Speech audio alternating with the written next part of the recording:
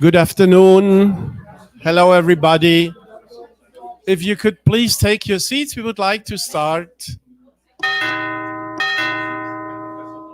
Please start.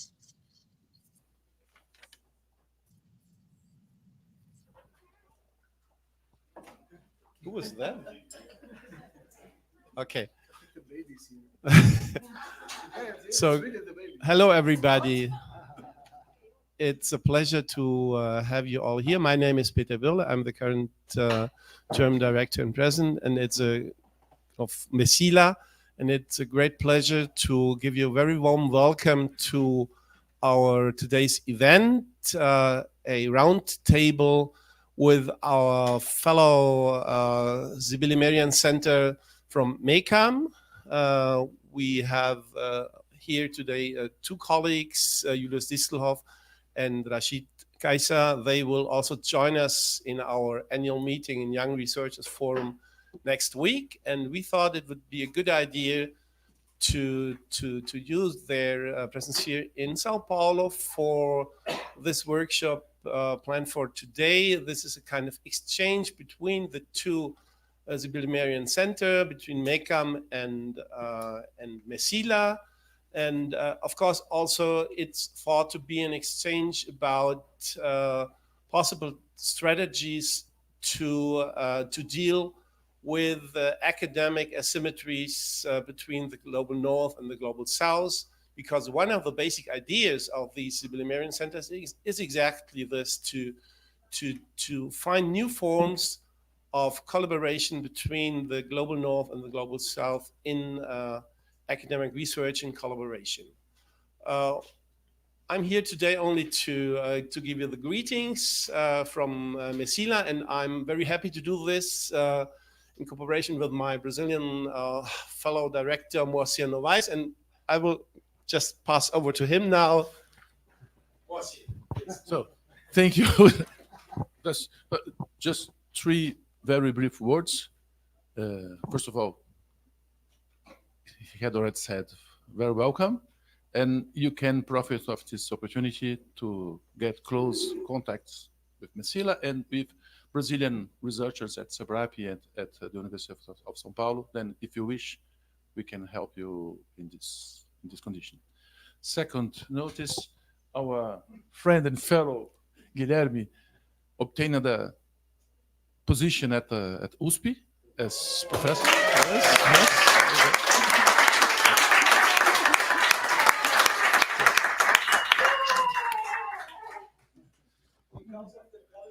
Because of the fellow. When he said MECILA, Thanks, okay, MECILA. okay.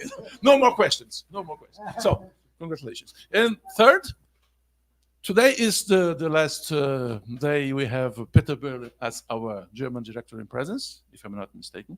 Then we should say thank you very much for your job. It was a very great pleasure.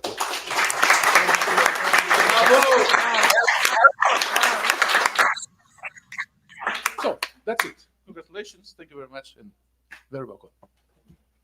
That's Jeff. Yes. Hello, everyone. My name is Jeff. I'm on the International Advisory Board.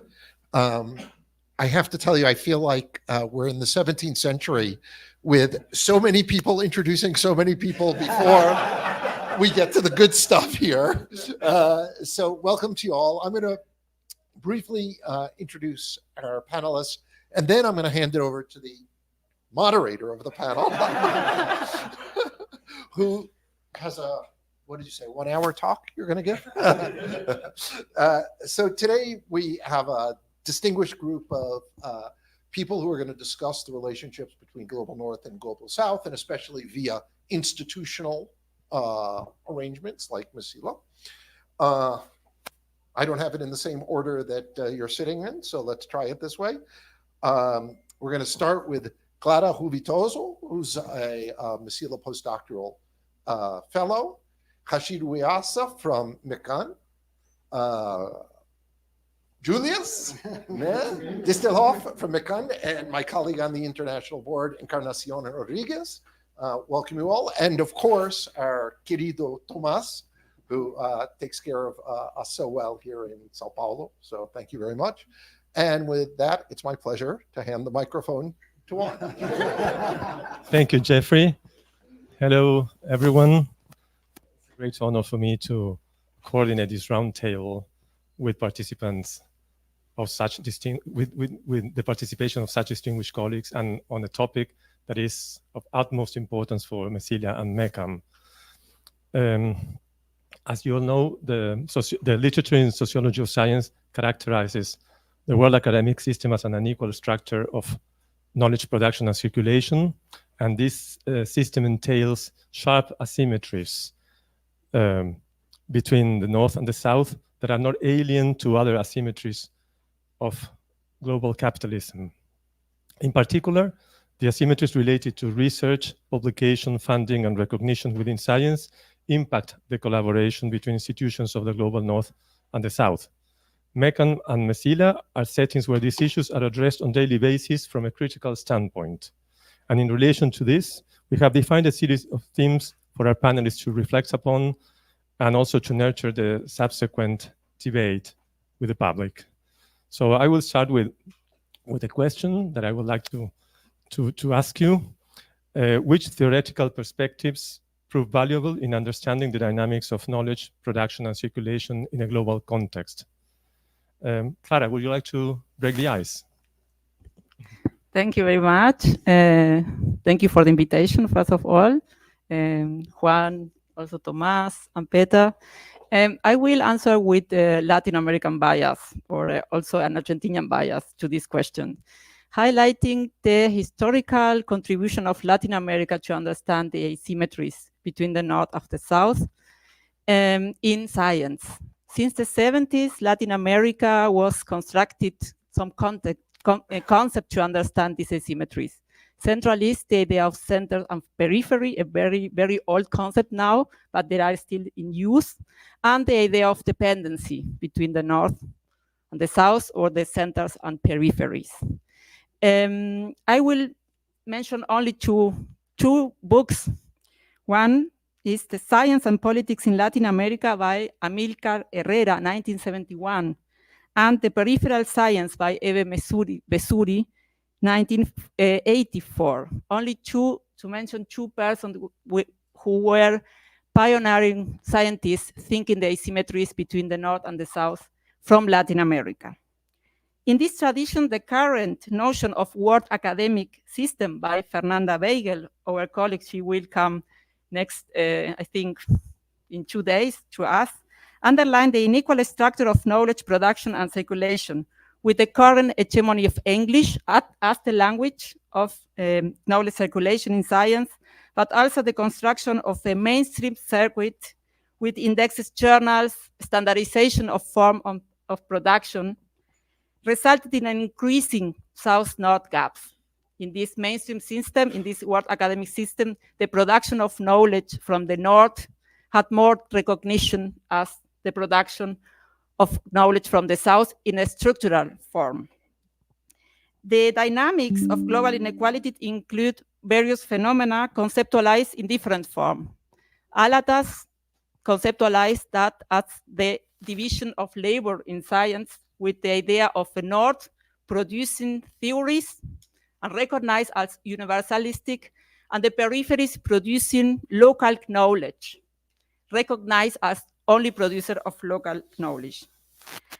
And also the idea of marginalization is also an important concept to think these inequalities in a global circulation of ideas. Also a concept made by sociologists in Latin America to understand the global inequalities in Latin America, but is today a concept that is applied to forms of production of knowledge in indigenous context, or also in the Arab world, for instance.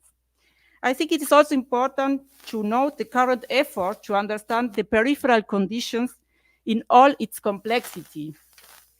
In one hand, the work of Fernanda Weigel, or also the work of Juan Piovani, have explained the structural heterogeneity of the production of knowledge in the periphery, including the importance of the local impact of knowledge, the creation of journals in other indexes systems such as Cielo, Redalic, who are another alternative form to produce knowledge and circulate knowledge, but also understanding the importance of a Latin American way of open access. It is also an original way to face the mainstream circuits.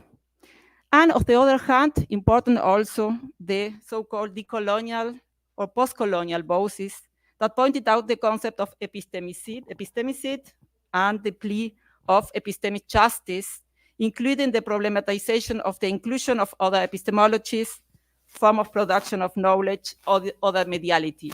I think these two contributions from Latin America are important to underline these north-south gaps, but also made possible other forms to recognize knowledge circulation. Thank you, Clara. Rashid, would you like to follow up? Yeah, thank you very much. It's so difficult to answer to this question without repeating something or some. You said all things that we need for. Yes, it's not so good that you start. So, but I mean, that's a very complex question. Where the question is which theoretical perspective. We have a lot of theoretical perspectives, and I think all theories taken seriously, the asymmetries in power and power hierarchy between North and South are useful to understand this problematic.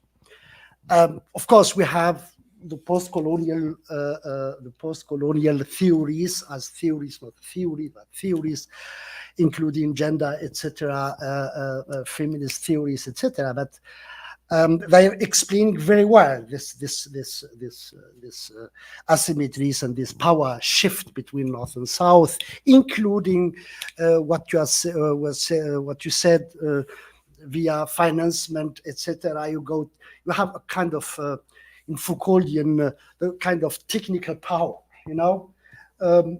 Officially, surgery means what I mean. Officially, there is no. We are considering our partner in the South equal to equal, but we know that there is a technical power, bureaucratic power the North have. Yeah, try to organize something, you know it, yeah? And then we have the problems, not on the theoretical level, but on the practical level. So, and I think that this perspective of post-colonial is very interesting and exciting, but the problem of post-colonial, they are created by peoples from the North, including peoples like me and Sergio, who are living in the North, in very comfortable situations and producing something for the South. Yeah, Edward Said is the best example, I think, for this. So that's why I think we have to look deeper. And I want to also take the Latin American perspective, but also a Maghrebi or North African perspective. And for me, the decolonial theory means Fanon is the best way to explain this. Fanon is yours, is Latin American, is an African, is North African, is Nigerian like me. So it's, and because, I mean, with his two similar works, Black Skin, White Masks, or Damned of the Earth, etc., we have to look to this asymmetry from the lens of the colonized people. It means from the South, and not from the North. That's, for me, the huge difference to the Saidian post-colonial theory. Of course, Said is also Fanonian influence. But, and to understand this, for me, we had to take the psychological, the colonial, the structural situation of the South seriously. And we are in a colonizer situation, and the dissemination and production of power is, for me, like the former relation between colonizer and colonized. It's an act of violence. For me, it's violence what we are living now. Yeah? And the question is how to empower the South against the North. And for Fanon, yeah, they have to use violence as answer to the colonial violence. I think we have not to go so far, but I think we have to decolonize the whole vocabulary, the whole disciplines, the whole system, and to try to use, even it's very huge to see Islam Day here, because that's what we need. These South-South connections, we discussed it before about the philosophy from the Middle East, they are huge philosophy never used. Even from the peoples from the South, even from us, from Brazil, you mentioned it, the production of theory in the 70s, etc., and before.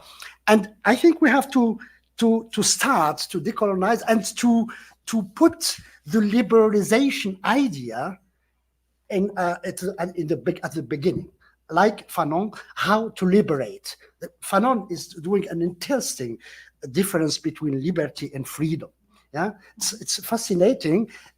When it's also important for our Wissenschaftsjahr Freiheit. Yeah, liberty and freedom. It's not the same. It's not the same. Yeah, and he is using the concept of sociogeny. Sociogenic. That's a very important answer to the colonial situation, and that explaining that the sociogenesis, it's not so that the poverty or criminality is not biological, can't be biologically explained. For me, we have to reform one sentence more. The whole apparatus of our methodology. The methodology is the problem. The methodology is the problem in this. And when you heard democracy is a Christian thing, or the neoliberalization, or something like experts, illegal migration, social distanciation, etc., that's poor imperialism. Sorry. And we have to start here. I want also just be a little bit provocative. So. Thank you, Rashid. You were indeed. Encarna, would you like to add something? Yeah, I think I will approach the question by looking at what I could call vectors of analysis. I think because theoretical approaches, I had my trouble to see what is it as a material feminism we're talking, or what are the topics maybe that also brings the question of the South to the forefront, but also the South in the North, or the North in the South. So I think the kind of entanglement that we might need to look at when we look at global inequalities. And I think that's one of the vectors that I think is a vector that we need to still continue doing research on, because very often we have this divide of global inequalities where we look at, let's say, the peripheries, you know, and we look then at inequality as a kind of universal notion in the North. But and then we have the different methodological approaches to inequality, a quantitative or a qualitative one that might tell us more about what is exactly inequality, how is it lived, how is it actually produced and reproduced. And on that level, I think that approaches coming from feminist theory, but also from anthropology, from ethnography, have been very useful to understand also the intersectional character of inequality. So I do think that's something that also MECILA engages with, because we were supposed to think about that. And that is very fruitful also to go beyond a prescription of what is inequality. I think there's a material dimension, but there's also a dimension of recognition. There is a dimension of production and reproduction. And so I think that there are a lot of dimensions that explain this asymmetry by looking through global inequalities as an entanglement, and also trying to understand the local manifestations of inequality. There we might see that we have macro structures that appear in the north and in the south, if we look at migration, for example, but also as cis-heteropatriarchal forms of governance, but also racism, though they might vary. So there are the other point that Rashid also already mentioned, that I think it's a very important factor of analysis, is violence. Institutional violence, when we look at academic production, but violence, and going back to Fanon, I would go back, I went back to Galtung, and thinking about structural violence, but also thinking through Wiener Das, for example, we discussed that too, ordinary violence, but also Crenshaw, intersectional violence. So I think what is very important is to keep in mind this dimension of violence. And I think that gets, especially in the North, it gets lost when we start to think neoliberal forms of how to battle against racism, for example, by having diversity. We forget that actually we're looking at a structural violence.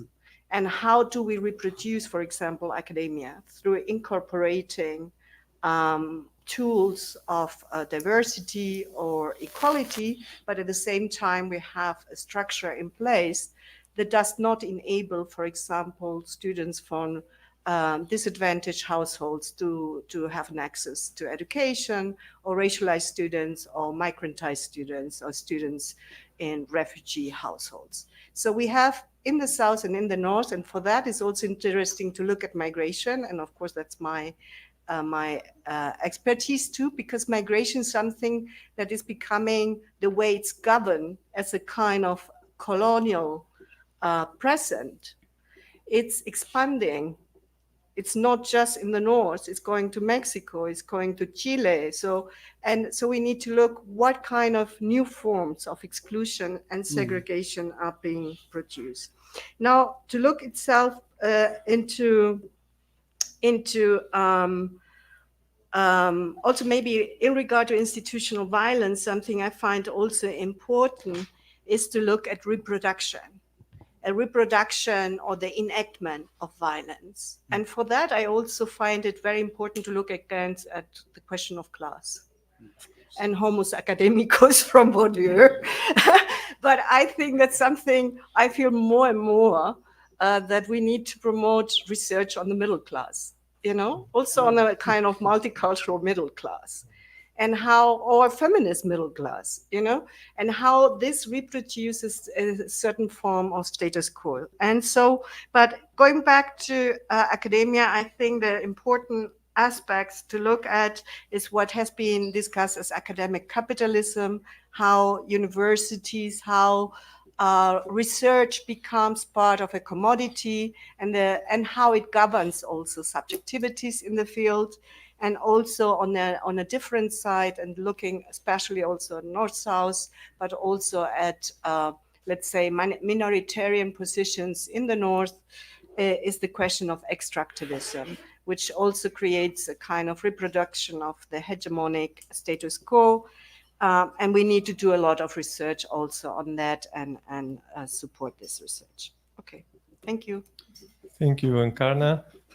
Thinking now about the Merian Centres, to what extent do Maria Sybilla Merian Centres contribute to fostering international collaboration and offer the opportunity to explore global issues from diverse perspectives? Julius, would you like to? Yeah, sure.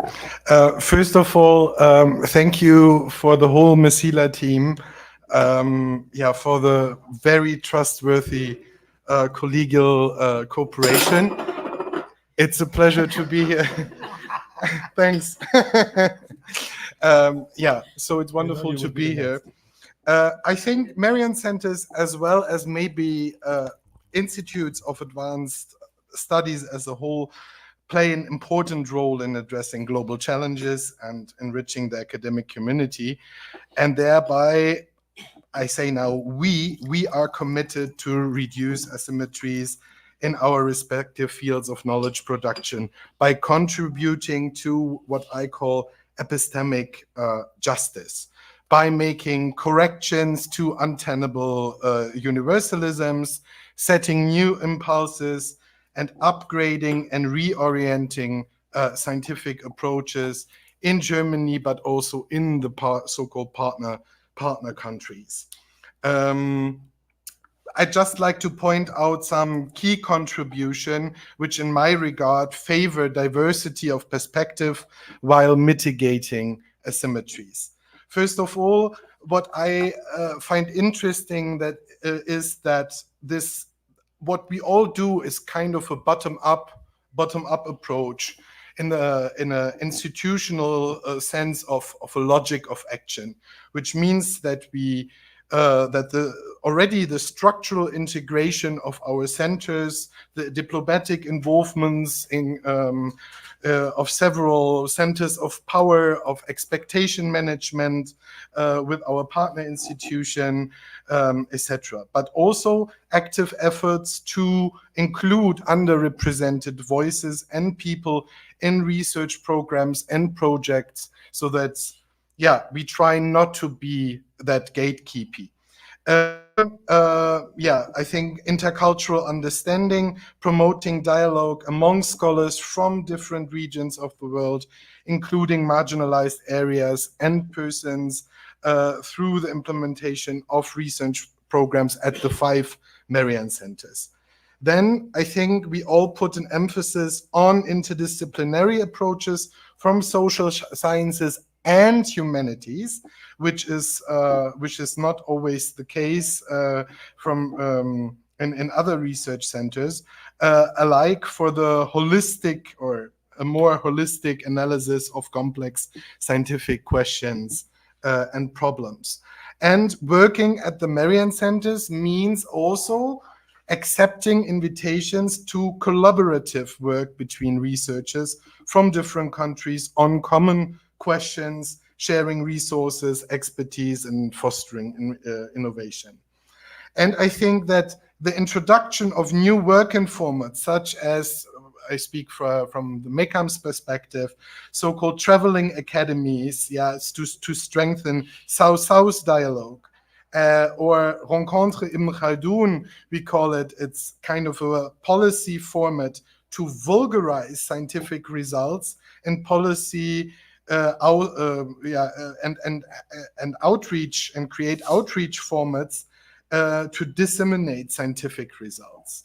And then I think it's also important, and I was impressed by the work of MECILA, seeing that you have so many working papers published, etc. I think that that our publications are kind of target group oriented and adapted to the work progress of the fellow projects, but also for the network members. So at MECAM, you can publish in a public or with a public science approach, your state of the art in a blog.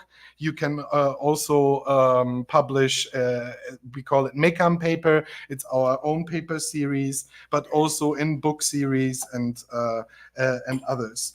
We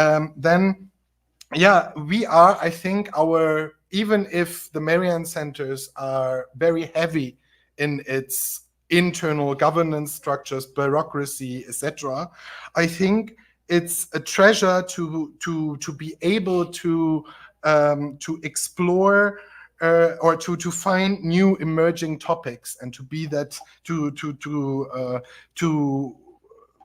have the capability to deal with bigger global challenges, and to integrate new upcoming emerging topics and ongoing research. Then I think strengthening the equal cooperation based on partnership is really important, and it's a unique criteria for our work.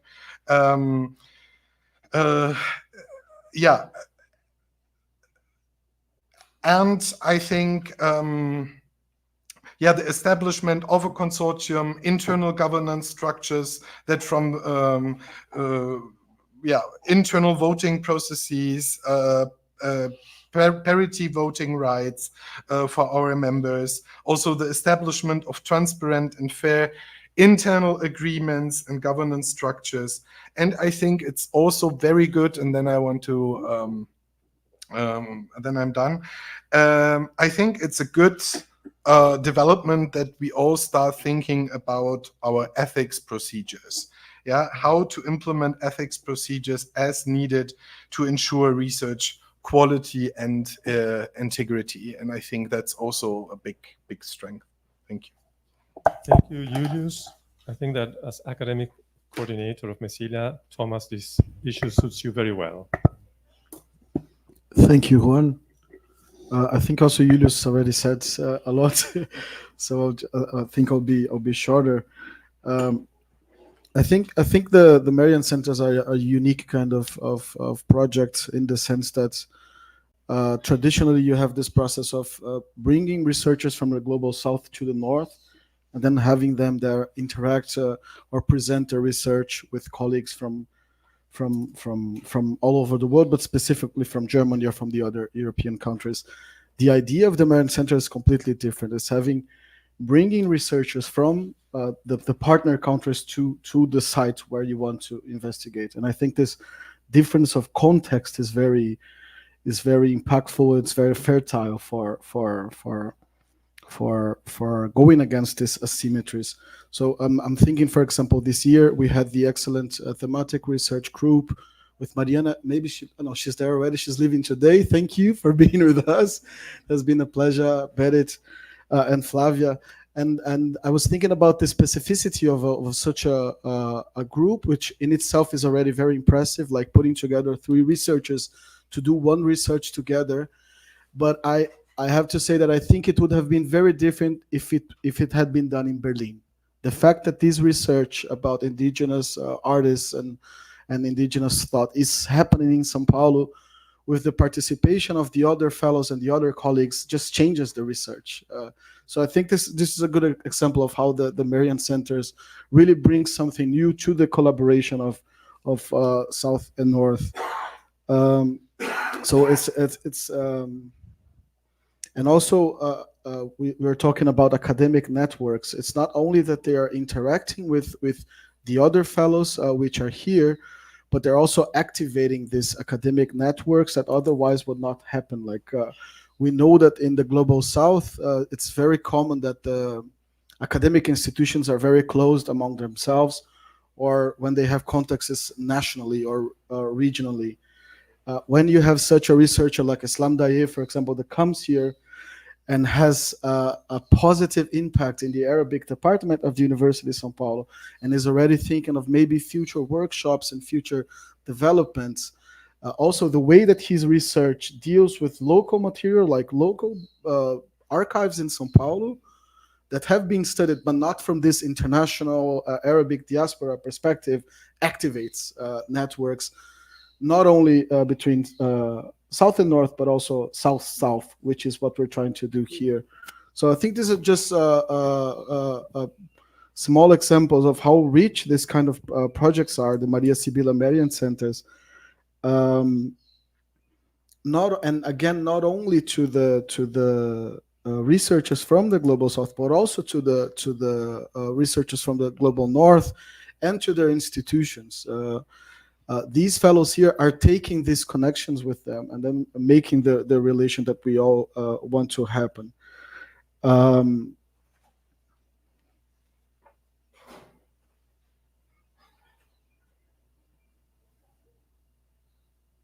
Yes, and Julius also was mentioning some of the research instruments, research tools that we have, and we're always trying to be very democratic. I think we're going to talk a bit further about the actions that we do have, and I think these research instruments have been really well thought on making this communication, which is very difficult. It's not easy at all, happen. So the policy papers, I think, are a very good example of that, of how using this multicultural, multilinguistic perspective, you can also offer very concrete answers to specific problems on both sides. We're thinking about Brazil, but also about Germany. The working paper series that has been already mentioned, which is completely in open access, so you can just access MECILA's website, and all this investment from the German side is available to everyone in different languages, which is also important. We're going to talk about this multilingualism of the Merian Centres, which is a fundamental stone of these projects. We also have the São Paulo short-term research visit, when we bring people here to São Paulo to interact, to learn the way that the center works. And I think it goes both ways. Usually they come here and they show the fellows what they've been working on, but they are also very impressed by the way that the center works. And maybe this also has an impact in what these researchers are doing elsewhere. Yes, that's the beginning of the answer that I wanted to give, of the conversation. Thank you, Thomas. Encarna, you're a member of the advisory board of MECILA. So I think that your vision, your perspective on this issue is very important for us to know. Yeah, thank you, Juan, for inviting me to say something on this aspect. I mean, you already mentioned the variety on the level of format, of exchange, of presentation, of research, the interdisciplinarity, the multi-sided inquiry, in a way, the centers do. I think for me it's a pleasure actually to be here and to be able to participate, because it's not just, I mean, we do have different conferences and centers, but I think that MECILA, at least in my short time I've been here, I could see is really that there is an exchange between junior fellows, senior fellows. There are the different formats of intervening, but also articulating on the digital form, but also written form, in different ways of creating communities of research. Or also Lea Torsol, that was part of my group, used to say communities of epistemology. So, and I think that's maybe what we can see. I mean, when we are in it, we can't really define it because we are in it. But I think that it brings a lot of, on the theoretical level, but also on the methodological level, a lot of new approaches into the field that actually breaks the narrowness of disciplinary thinking. So if I compare what we do here with what I experienced in my sociology department, well, they are worlds apart. One, we have methodological nationalism still very strong. We don't have a notion of entanglement at all. And we have still a marginalization of theories that actually understand the world how it is. So we do still are juggling in this context with the notion of area studies. And we might need to think sociology as an area studies, and what kind of regional area studies. So I think that talking about the project of having a decolonial process, or process of decolonization, I think it's not an easy thing to say we're doing it, because it involves a lot of breaking of how the status quo work, how the access to education, to knowledge production works. But I think it's a project, if I say it right, in the doing and enacting it. And I think we are in the way with a lot of, I don't think it's to say, yeah, we're doing it and congratulates us, but we are trying to do it. And it's not easy within, let's say, a Nordic framework, and not only a Nordic framework that also became the universal framework in which knowledge production happens. And I think there are areas there are studies like feminist or gender studies, or I don't know, ethnic and race studies, migration studies that drive this interdisciplinary deep, but it's not, they're programs, they are not centers, they are not research units. And so I think, I like to congratulate both MECAM and MECILA for it. Thank you, Encarna. Just to turn our attention specifically to MECAM and MECILA, what strategies and approaches do these institutions use to mediate research processes between different institutional logics and bridge epistemological gaps among researchers from various contexts? Rashid, would you like to take this? I think we are in the same logic as that's what colleagues have just mentioned, both Julius and Thomas. Explicitly for MECAM, I think it's what you just said. We have to take the knowledge produced in the South seriously, more seriously, and scholars from the South seriously. For me, the best example is the Arab Spring, the so-called Arab Spring, started from Tunis. And I tell this story in every meeting with my colleagues and young scholars in Tunisia and the Maghreb. Yeah, you know it. Yeah, because, you have very, very interesting papers written in Arabic explaining wonderfully why and how this Arab Spring happened. So, but never knows about it because it's written in Arabic and written in a journal which is not, until now, not digital. And then you find a guy coming from an American university for 1 week in Tunis. He meets two journalists who are speaking English and one half professor, and he goes back and writes a wonderful article because he learns to write very well English, and he published it in international whatever affairs and whatever, and invited twice by CNN, and he's Mr. Arab World. So, and you have millions of papers explaining really very fantastically this event of Arab Spring, but in Arabic and from young scholars, etc., etc. And it's, for me, that's the huge problem. This is why the question of language is very important for MECAM. We have 3 official languages, namely Arabic, French, and English. So, and we try to do to help. No, it's not the word, but that Arabic also is a scientific language. It's not accepted within the Arabs themselves, the North African themselves. That's the question. It's the problem, yeah. And we have a lot of problems there. You have this French imperial presence, yeah, because you have the elite francophone, it means la modernité, and you have this Arab elite, which means Islamism, and you have the question of language is a very, very important issue, and we have to deal with. And you have, of course, the Berber language, which is les indigènes of North Africa.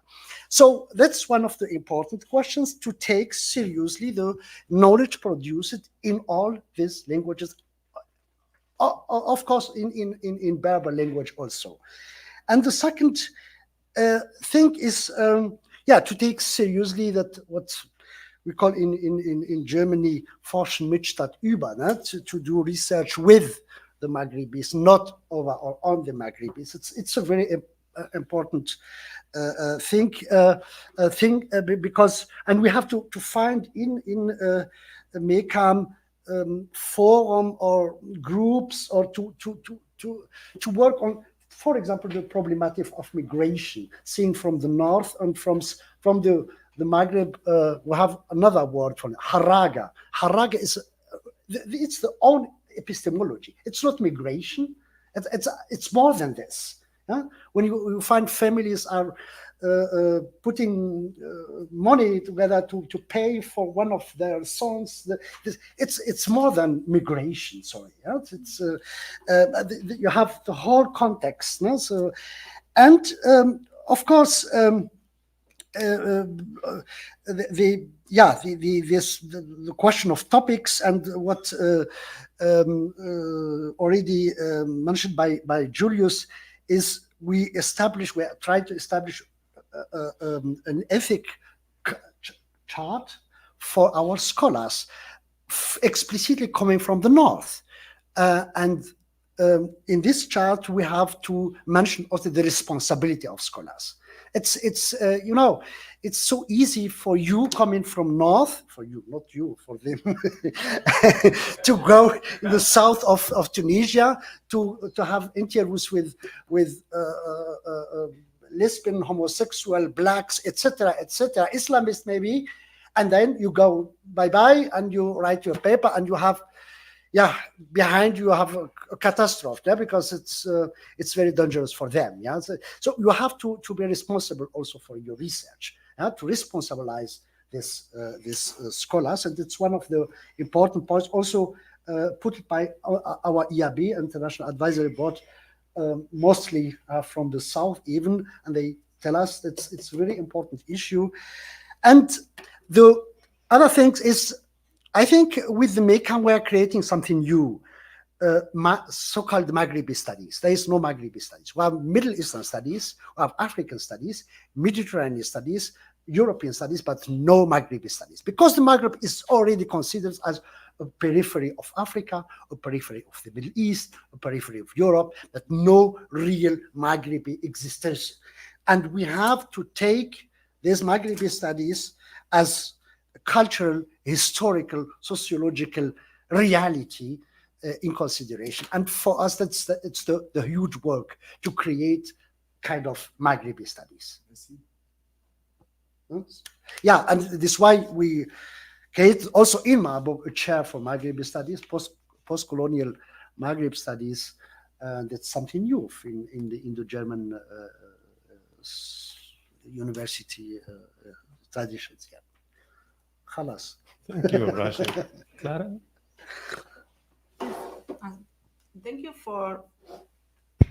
Thank you for mentioning the question of the area studies. I think it's a very important issue for us. How the production of knowledge about the global south was created and this history, and maybe the Latin American studies are had a specific history in relationship with Germany. And I think MECILA, but also CALAS, we should think these two consortium as a product of a long history of the consolidation of Latin American studies in both Germanies. And I think the characteristics of this form of knowledge production has one history, a different history. One was the reception of Latin American social theory during the 60s and 70s. In this time, they take seriously the production of knowledge of Latin American scholars. Second, the consolidation of ties with peripheral centers, Brazil, Argentina, Mexico, in different periods. That's make, I think, CALAS and MECILA are products of this long history of ties, but also ties of solidarity during dictatorships, for instance. That's what I think this specific history are a history not of violence, epistemic violence, of course with bias inequalities, but also a history of solidarities between Germans and Latin Americans. Maybe is it a specificity of this history. We have 50 years still for the Federal Republic of Latin American Studies with this characteristic. That's what I see that MECILA, these practices of MECILA or strategies are not an invention of MECILA. We reproduce also a tradition of exchange with Latin Americans, scholars, but we innovate also in MECILA. I think this awareness of the importance of languages, the multilingual framework is innovation for MECILA. I think another innovation is the explicitly in the program awareness of the inclusion of the voices of Afro or indigenous scholars. That is innovation, I think, in relationship with the history of German Latin American studies, which was more related with scholarship in the centers. And I think we have innovate, but also reproduce a long tradition of ties. And I think maybe this is a difference with other forms of area studies made in Germany during these last 50 years. Maybe you can say something about these differences. because I think the Latin American studies in Germany has a strong specificity and is always in crisis. It is a story of ties, of trust, but also a history of fight for departments and for more funding, etc. And without the scholars in the South, this history is impossible to think. The success of the many of funding, but we have 2 Merian centers. It's also because of these strong ties with Latin America. Maybe you can say something of this difference or not. You mentioned strategies and good practices and approaches. And I think all of these approaches are leading with the post-colonial and decolonial perspective. They are also not new, because this post-colonial and decolonial perspective have a long history in Latin America, are also related with the dependency theories, with thinkers, and I think this is a continuity. It's not a big innovation. And that's what I think that is the success of this, because it is the continuity of practices between scholars. That reproduce also practices made in the other consortium like Desigualdades or the graduate school, or also in Cologne, a long story of a department of history, or the Luso-Brazilian Institute. There are big or long stories of institutions doing this exchange, making this a change in a form that we can say is decolonial. Can I? Yes, of course. One sentence related to area studies in Germany. If you know how to call the so-called Oriental Studies Organization in Germany, Morgenländische Gesellschaft. The Orient started from Morocco until Japan. Really, when we have this meeting and you have Chinese, India, and Japanese in the same organization, Oriental Studies, it's crazy. Yeah, it's really very it's still existing. Yeah, Morgenländische Gesellschaft. Yes, and why I mean that for us to create something like Maghrebi studies is just to have the difference. Peoples are not the same, and of course for North Africa and the Maghreb you have this superpower namens France. Yeah, the domaine réservé de la France. That's don't touch until 2000 years. So it's really, and for me it's important to create kind of South-South research agendas, and there is no Latin American studies in Tunisia. Why not? No? Or Asia studies, and in Germany or in the north you found. No? It will be interesting, and we try to find a group of Latin Americans. There are a lot of people working on the Middle East, and to find also same group in North Africa working on Latin America. It will be great, but it's so difficult. There's no contact. There's some individuals working on Latin America, especially on Latin American literature also. Yeah, it will be something interesting. Also interesting is that MECILA at the Caribbean. Yeah, because always what Latin America, yeah. MECILA at the Caribbean, Yeah. and that is also a form of awareness of the diversity. This is why I started with Fanon. Thank you. I think it's a very important step forward to conceptualize these asymmetries and to define academic politics and ethics to deal with that. But there's another issue, that is how to materialize horizontal collaboration. Because, we can understand asymmetries, we can theorize about it, we can write about it, but how we're going to overcome this asymmetry. So we have another question that has to do with this. So what methods do the centers use to fulfill the desire for horizontal collaboration within this asymmetrical environment? And also if there are examples of best practices in MECILA and MECAM, and what do you think are the biggest challenges about this? Thomas?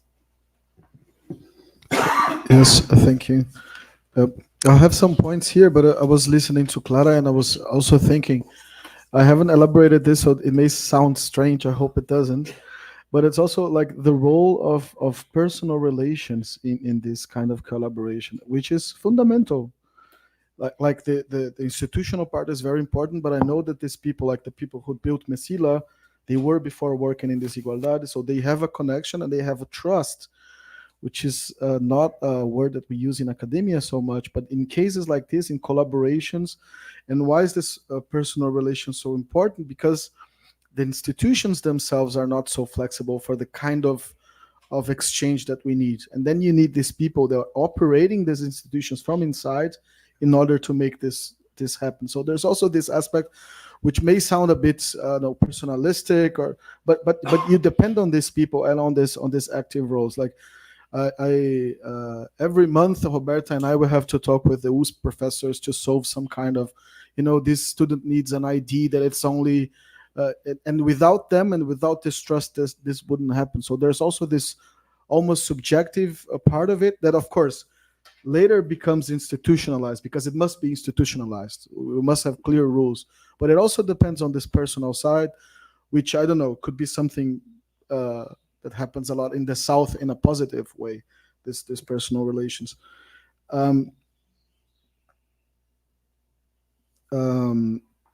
But about the specific good practices that we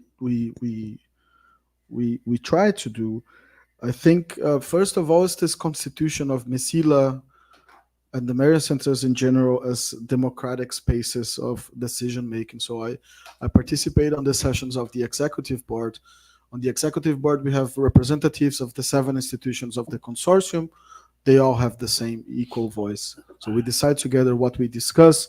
When there are issues, everybody's heard, and these decisions are taken democratically together. So this is not, it seems basic, it's not basic, it's not obvious at all, because the money is not coming from the 7 institutions, it's coming from Germany. It could be something different, and it usually is.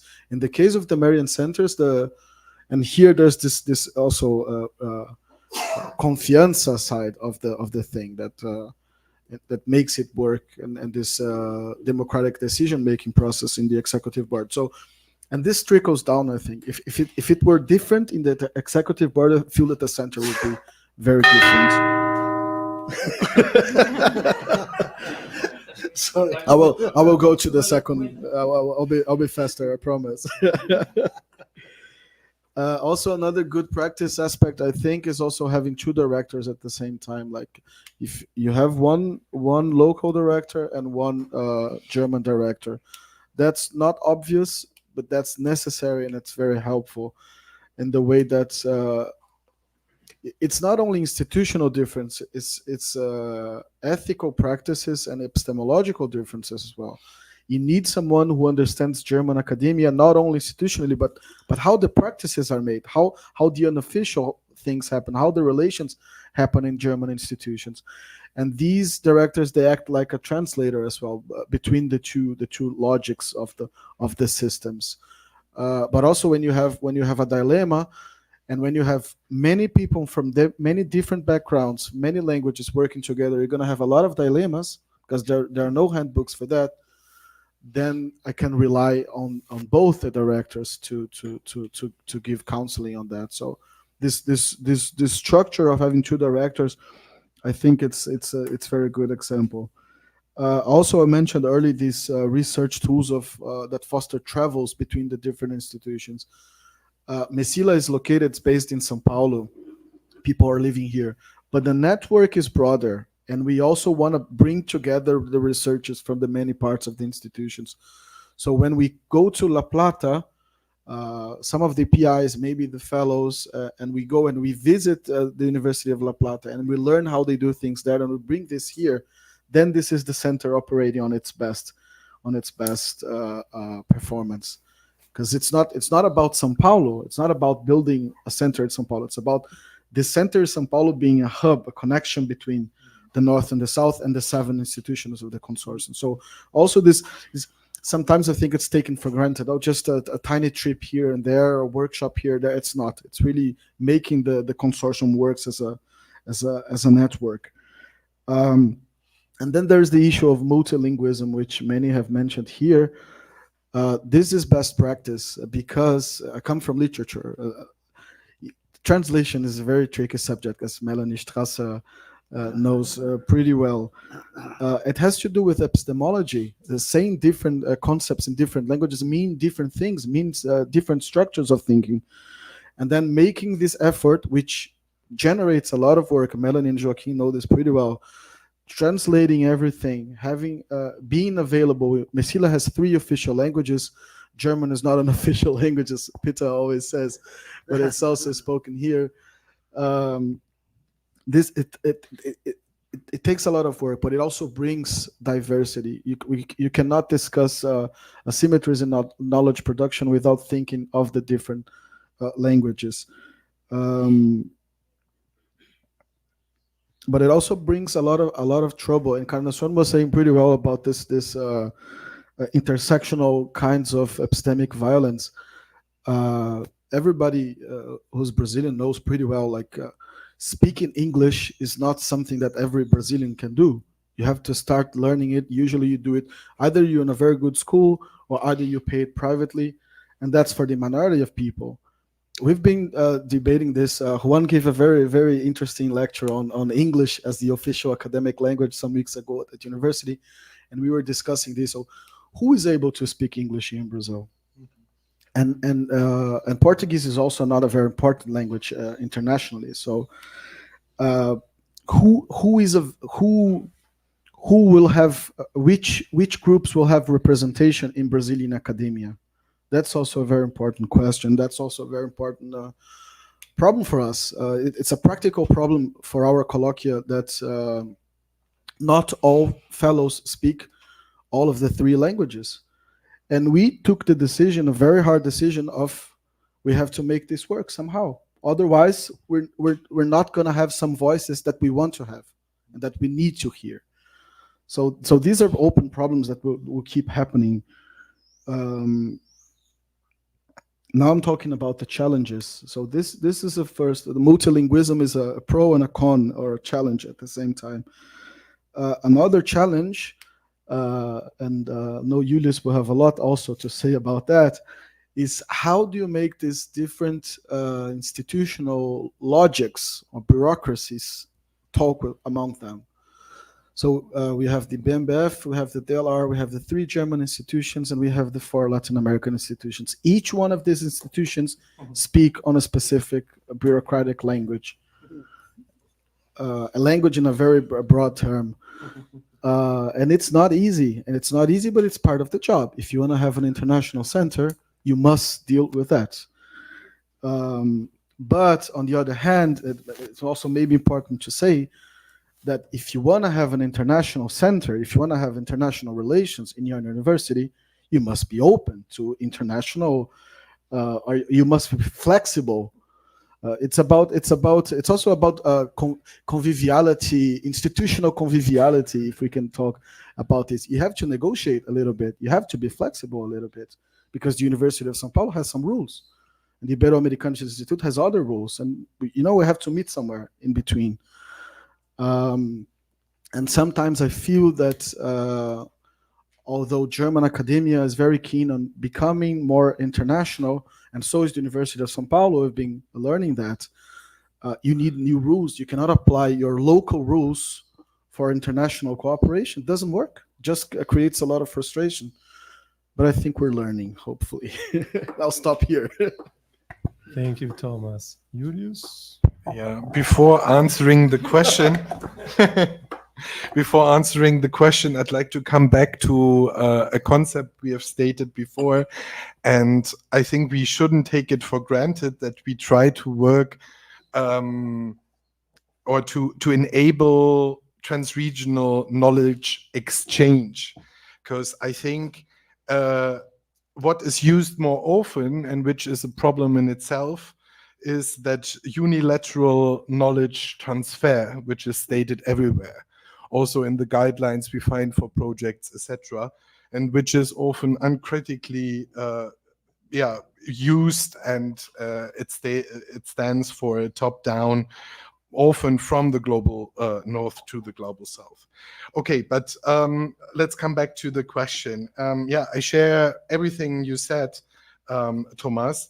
From my perception, all 5 Merian Centres push international academic horizontal collaboration under asymmetric conditions by working together as equally as possible and along as common goals as possible. And first of all, we should identify asymmetric contextual conditions that make collaboration challenging or equal. And the first one is the funding inequities. There's inequity in access to funding, as well as in the level of funding among partner institutions, including research infrastructure. Then the asymmetric distribution of power can lead to decision-making processes that favor the more influential partners and potentially limit the contributions of others. Third, different cultural, let's call it norms, communication styles, language barriers, we have stated already, can challenge collaboration and understanding between partners and different cultural backgrounds. And you have mentioned it, Thomas, the management of large-scale international projects like the Merian Centres is complex and time-consuming due to different organizational logics at partner institutions, administrative procedures, state universities, think tanks, associations, different time zones, and also the question of legal frameworks. And how to ensure, you realize that we repeat and repeat, but ensuring ethical and academic standards. And how to overcome these aforementioned challenges, or overcoming these aforementioned challenges can be harnessed through usable methods of horizontal collaboration models in international science collaboration based on best practice experiences. First of all, basic normative orientation. So we are, even if we are dealt by the DLR or the BMBF as a large-scale project, we are centers. So we act because we are an actor. So we have to behave differently, and we have to link somehow our research program to procedures. We have to ethic procedures and to the center's work program. And in MECAM, we decided on establishing 3 interrelated guiding principles: interdisciplinarity, intergenerationality, and interregionality. And then, from there, we tried to fix or to give answers for this gap between research program and working program with concrete formats. Then, of course, how to implement internal ethics also within our own governance structure to ensure research ethics. Then binding and flexible organizational structure that allows for varying levels of participation and contributions from partner, which can help to address asymmetric conditions. To give you one example, so MECAM emphasizes on structural win-win situations. For instance, through university affiliation of the fellows. So who can thus conduct secure research because they are officially affiliated. And then the affiliating institution, and that's why it's a win-win situation, on the other hand, benefits from the international members, from the publications, from the networks, from the collaborations, and which is also good for, which is very important, I can't tell you if it's the same case here in Brazil, but in North Africa, the state universities are very much dependent on the international rankings. Then institutional integration into existing university or partner institution structures as a strong symbol of equal cooperation. Like I've said already, equal voting rights for partner institutions and uniform terms and conditions for the fellowship, which ensure fair conditions. But also, I think that, open knowledge sharing and flexible, or how to say it, clear and standardized communication promotes understanding and cooperation. And flexible adaptation to new findings and developments through active participation of all, can be supported by clear communication. And I think shared responsibility and effective leadership is also something you have mentioned already. We all work with 2 directors. Effective leadership that adapts to challenges of asymmetry is crucial. The directors who balance power relations and promote also inclusivity. And creating, and that's the overall attempt, creating an environment of mutual respect and open knowledge sharing, which fosters also a successful goal pursuit. And and of course, like you've said, collaborative research practices like promoting accessible publishing through open access, how to implement open science also in our daily life routines, not only in research itself, but also in administration, so that we have a toolbox which allows that also administration, so all the wonderful work from the people behind Thomas and me in the institutions who help us out and have the same access to tools and knowledge and data which we are using. Okay. Thank you. So before we invite the public to put forward questions, remarks, and comments, I would like to have your brief concluding remarks on an issue that we think is very relevant. So it's about the future developments and strategies that could enhance collaboration and address the challenges posed by asymmetric conditions. So can we start with Encarna? I will be very brief because I think just Thomas and Julian, you just listed so many innovative aspects that I think it is quite a challenge also to keep it going in this direction as an interdisciplinary, also an international project. Also, Clara mentioned the fact that there is a challenge also with how academia works, the access to academia. So I think that being aware of it and creating programs to promote, for example, multilingualism, so the local access to education, it's also a knowledge. And at the same time, also the fact that racialized groups or indigenous groups are also part of this exclusion. So, but I think that what I know from MECILA is doing this work, and I think it needs to continue this path. Thank you, Encarna. Thomas? Yeah. Yes, I also don't have a lot more to say. Encarna already said multilingualism, and it's with its consequences, like being taken seriously as not only different languages, but also epistemologies hidden behind these languages. Even like in the same Portuguese, you have different languages. So recognizing this, and also as scientific languages, as languages of thought, interdisciplinarity, which is I think the Merian Centres are very good at that. This is not obvious at all. I think we've been doing that here at the colloquium.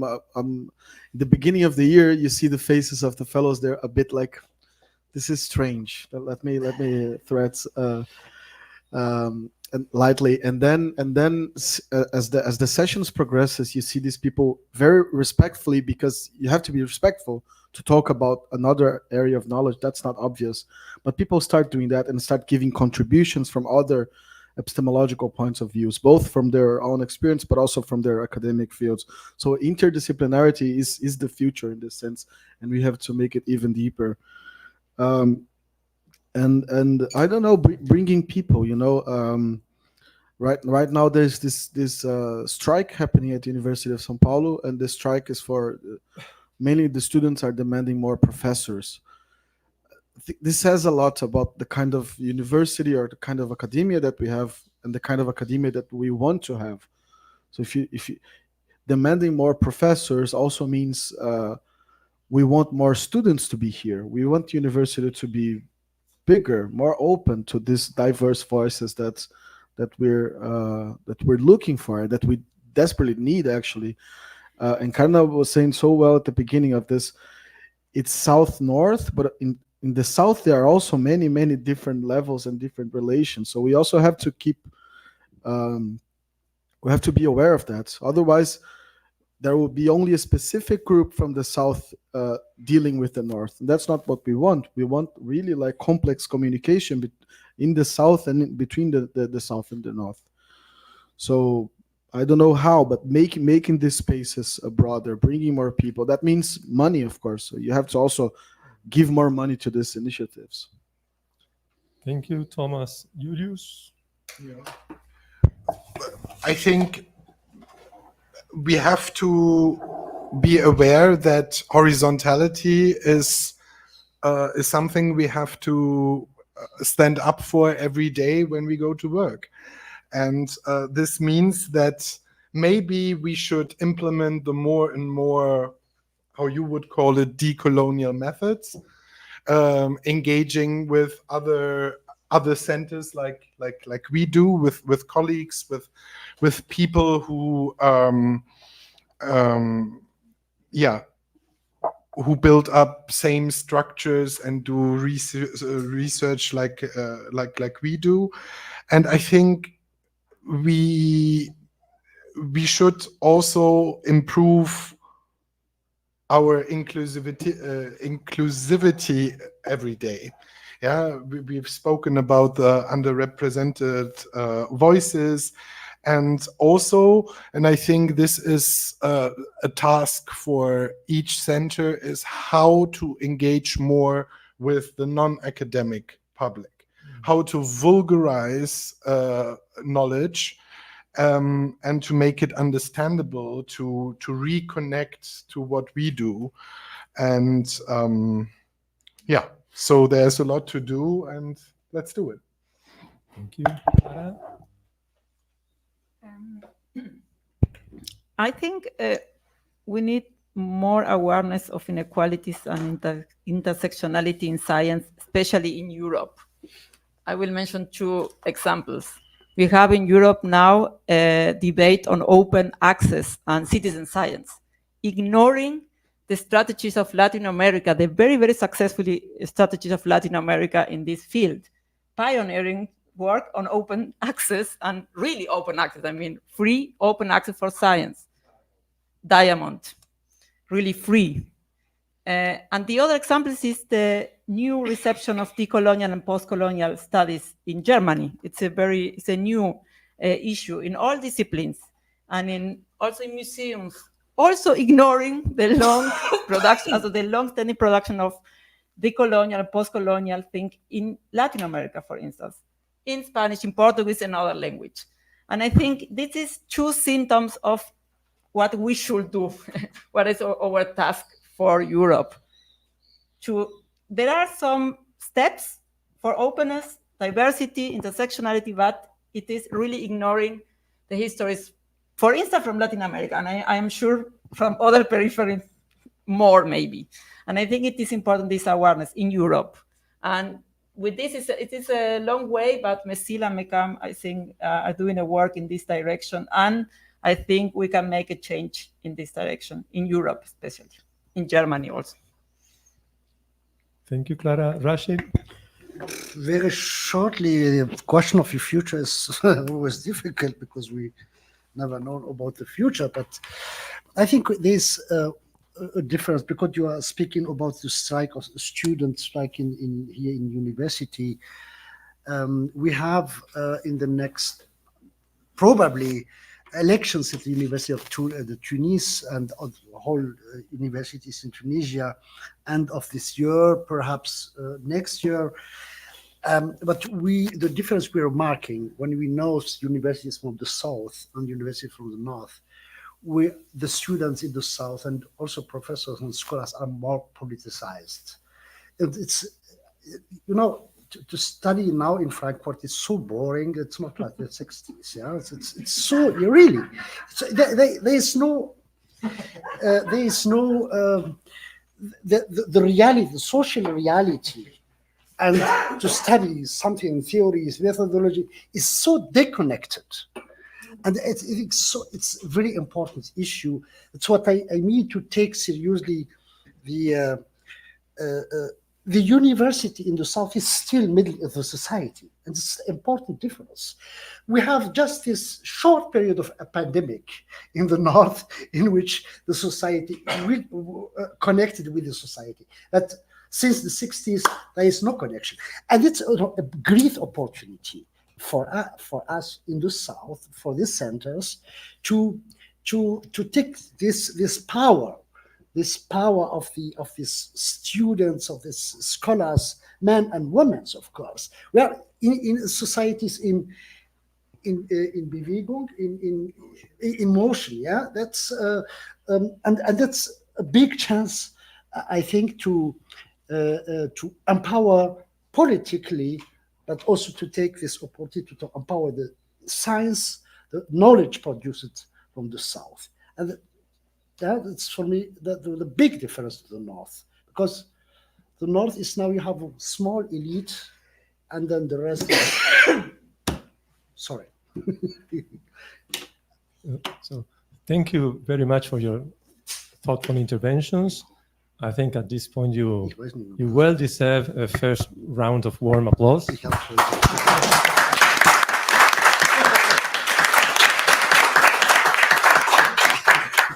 And now, after this very spontaneous choreography of questions and answers, it's time for you to ask and make comments and remarks. So, Professor Costa.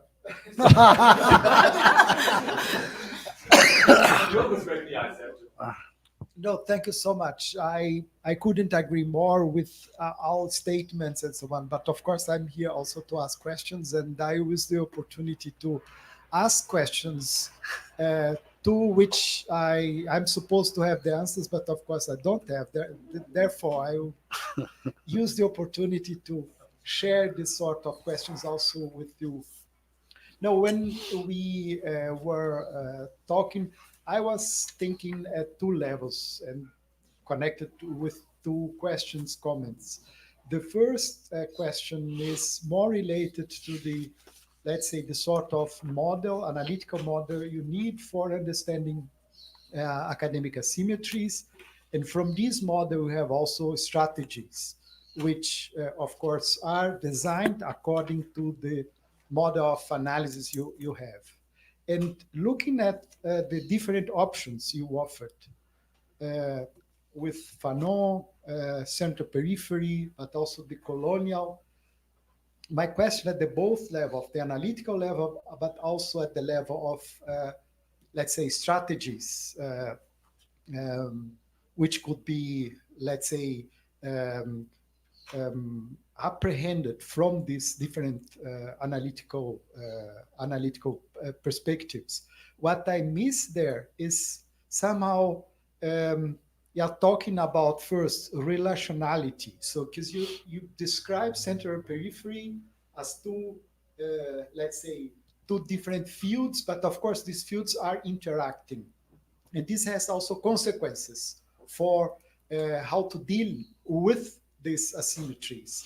So for overcoming these asymmetries, is really like this, that we should let's say, keep fighting against the system, or there are also other alternatives, translating between these both possibilities. So the alternative circuits of circulation of knowledge, which Juan insists very much on the importance of these alternative circuits, but to stay only in these alternative circuits is not the option.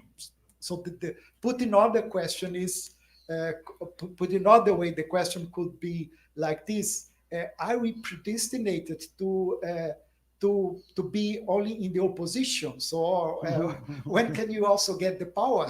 When can we also get the resources and also the prestige of the mainstream science or the mainstream humanities, the mainstream social sciences?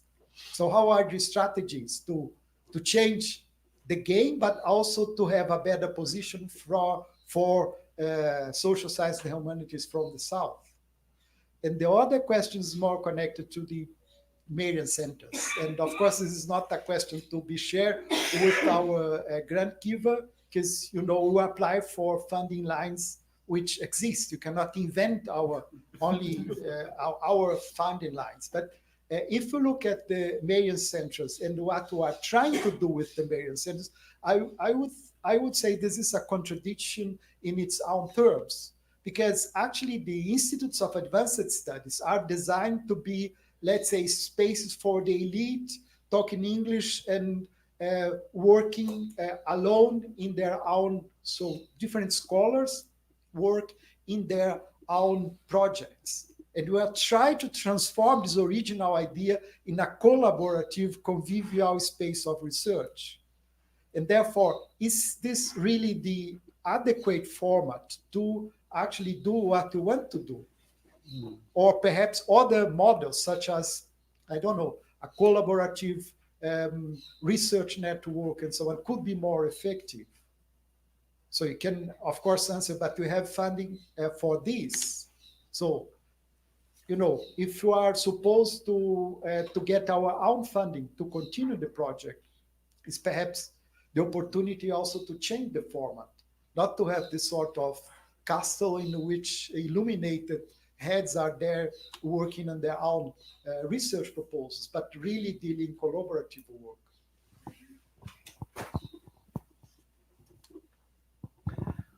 Another question or comment, or do you just want to reply this?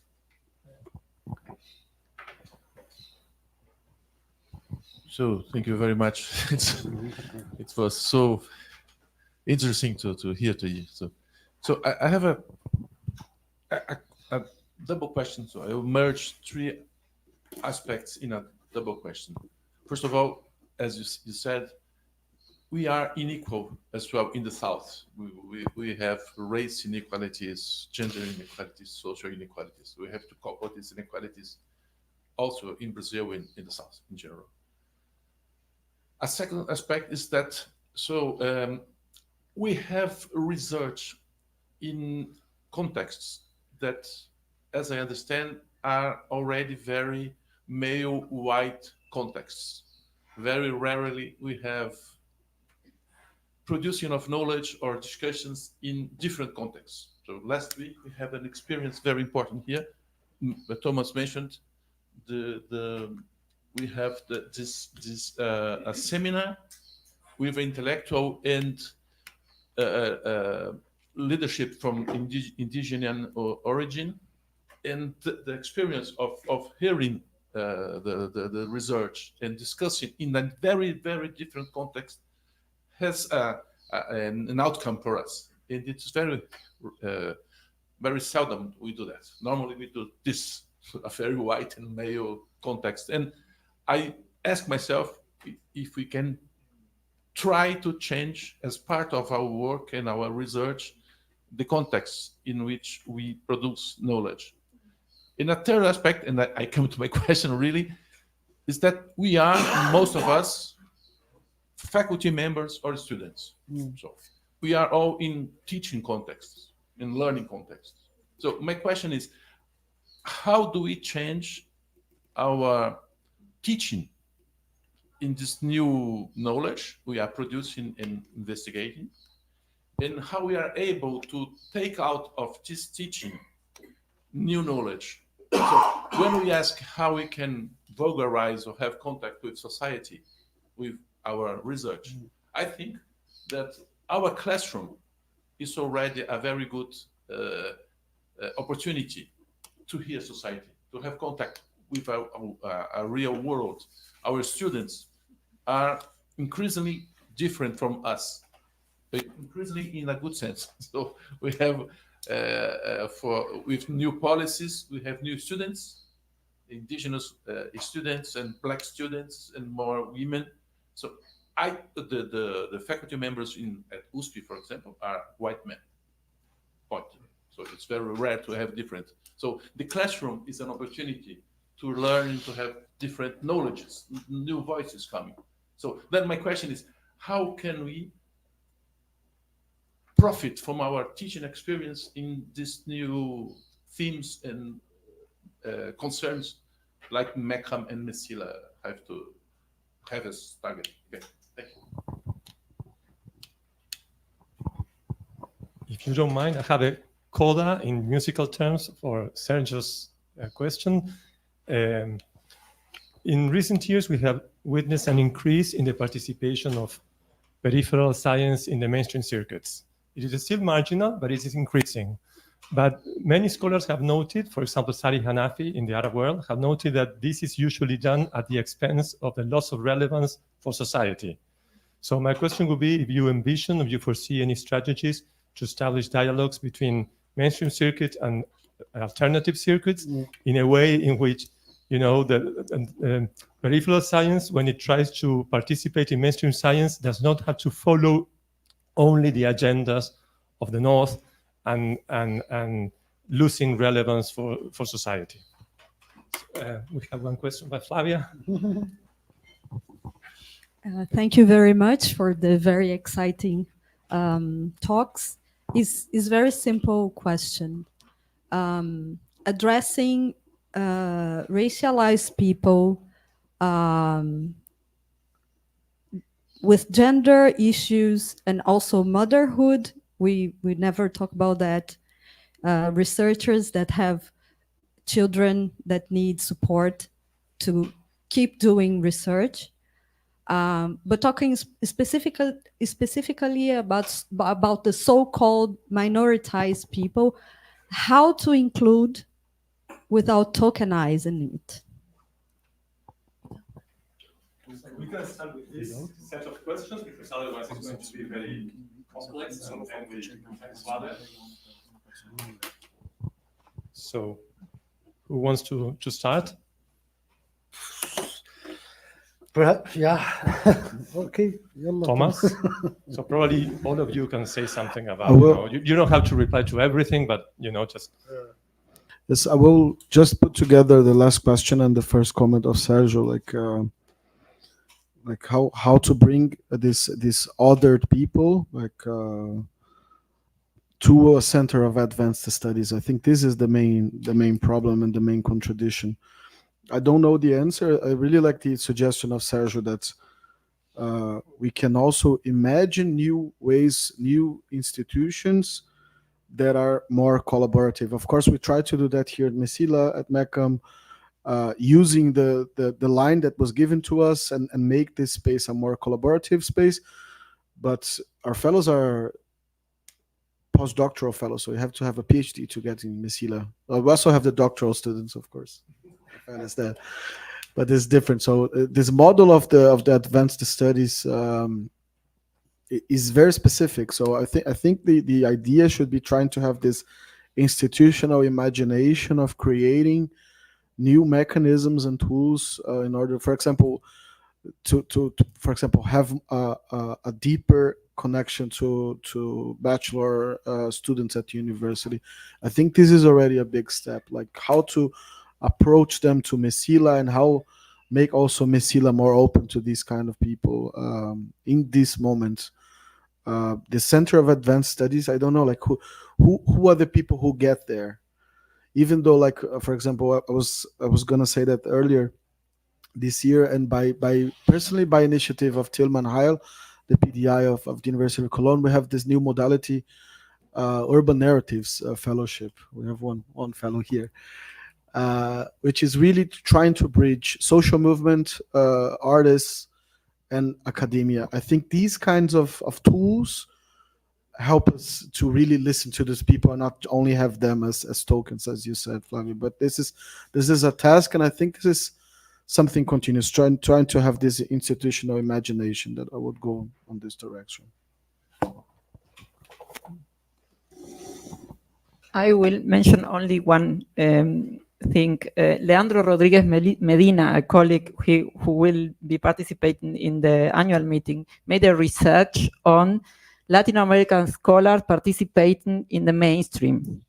And the result was that they are not quoted. They are there, but they are inexistent in the quotation. That means that to fail to be part of the mainstream is not the solution, because even if you are part, you are not visible. You also, Juan, you made also a very interesting research on the most important social scientists in Latin America. And in Scopus, they are not existing. And it is, but there are, if you take the Google citation, who are more democratic, there are very big people. But if you take Scopus, they are not existing. Should we really see that? Should we really try to be part of this, really, this mainstream who ignore even people who are our theoretical framework? And that's for me a question. I remember Carlos Altamirano, a very important historian, who said, I don't exist in the United States, but what's the point?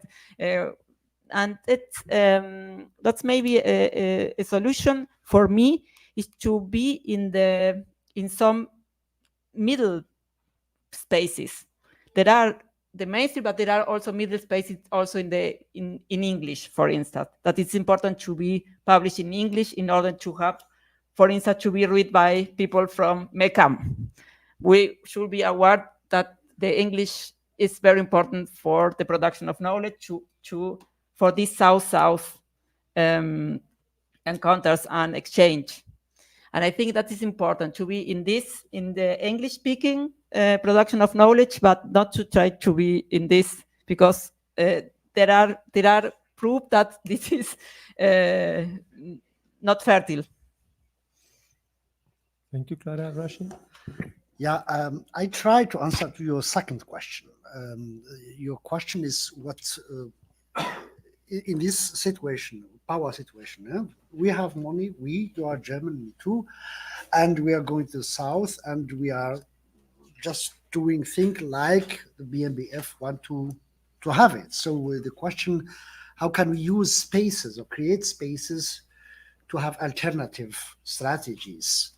For me, as I mentioned it, my question is really this empowerment. It's the same for your question, how to empower groups or classes, social classes or scholars to be part, or to give them chance to be part of these centers. First, I think we are in a dilemma, you and me and the whole team. Why? In my own university in Germany, they told me MECAM is a development project. We have nothing from this project. It's the whole thing, the whole money is in the south. And in Tunis, they tells me we have nothing from MECAM, because we have never seen this money. So you know, we have in this really dilemma, and for me, we have to try that our colleagues in the south do accept the idea of Center for Advanced Studies. Center for Advanced Studies is something new in our region. There is no Center for Advanced Studies. Maybe in France, it's something new also. Created by German Jews, immigrated to the US and created the first Center for Advanced Studies to have a space of liberty, of autonomy, to be paid to do your own reflection, to be free. And I think we have to to explain this idea more for our colleagues, also in Tunis. We are part of the university, which is a chance, but we have to include more young peoples, and our strategy we need more time, we need more money, of course, yeah, but we have to look. Now we are at the beginning of the second phase or main phase, to alternative financement, but also to the strategy is in the last 3 years to give this center really to young scholars from the University of Tunis, completely, and to include them before to now that it's a chance to have this possibility to be.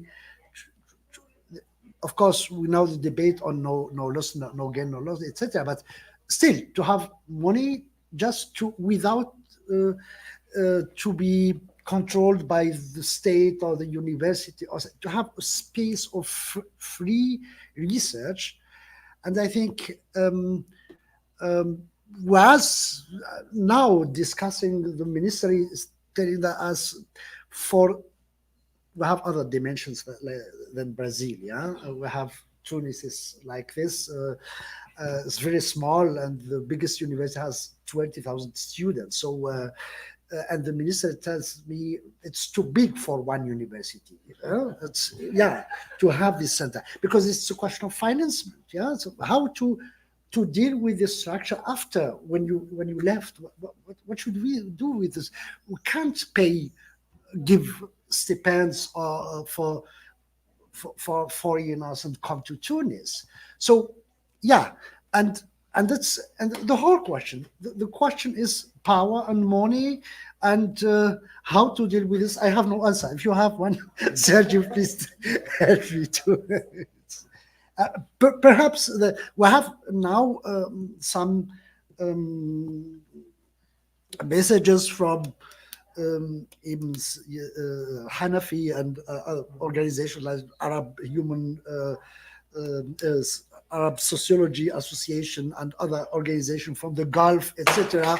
But for me, money from the Gulf is not a solution. Yeah, so I prefer money from Germany, but it's not a dilemma. It's not a dilemma. But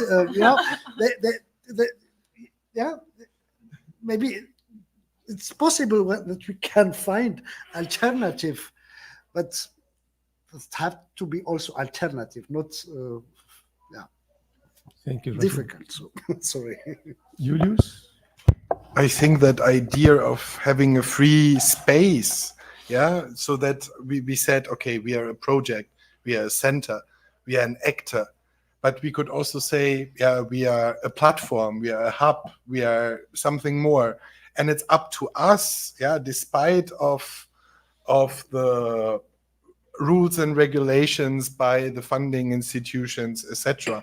Of course, this sometimes it's, like I've said, it's heavy, to deal with different logics, and sometimes it's contradictory because it doesn't fit to reality.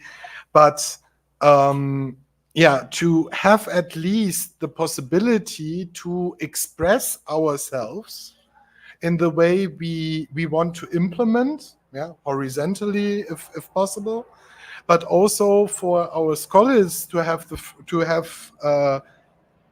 for me it's nothing contradictory to have on the one hand enough time to pursue your own research, and on the other hand have regular meetings, call for ideas which allow people to work together and to develop something new within that period of the fellowship.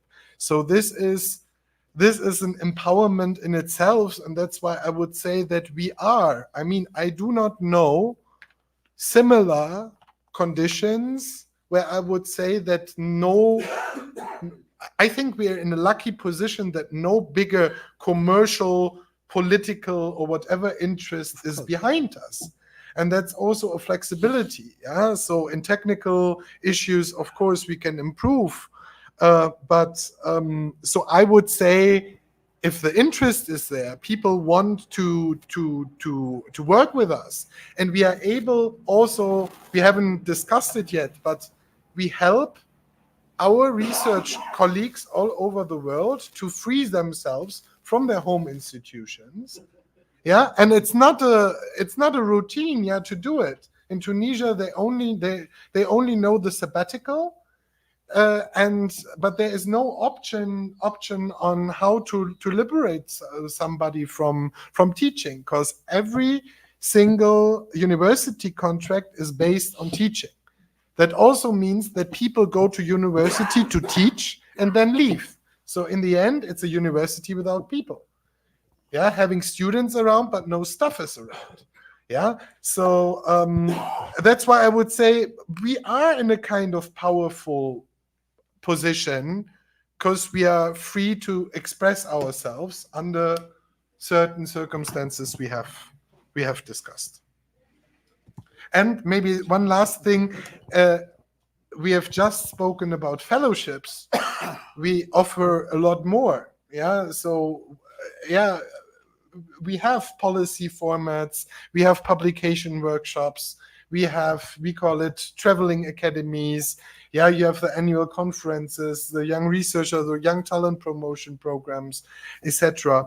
And it's great to see also, okay, we can offer our fellows and our network partners, okay, do you wish to participate? Do you want to do with us this first doctoral school in Algeria? Yeah. I do not know any similar attempt from a German so nobody did it before. So let's do it together. And I think that the feedback is great, and hopefully the financial aspect or the budget will not will be sufficient as well. Okay, you're all very tired. A long discussion. I think when we get the question of funding, it's always a difficult one, because depending what kind of work you do, you will get funding or not. I mean, if you do decolonial feminist work, so you're used not to get funding.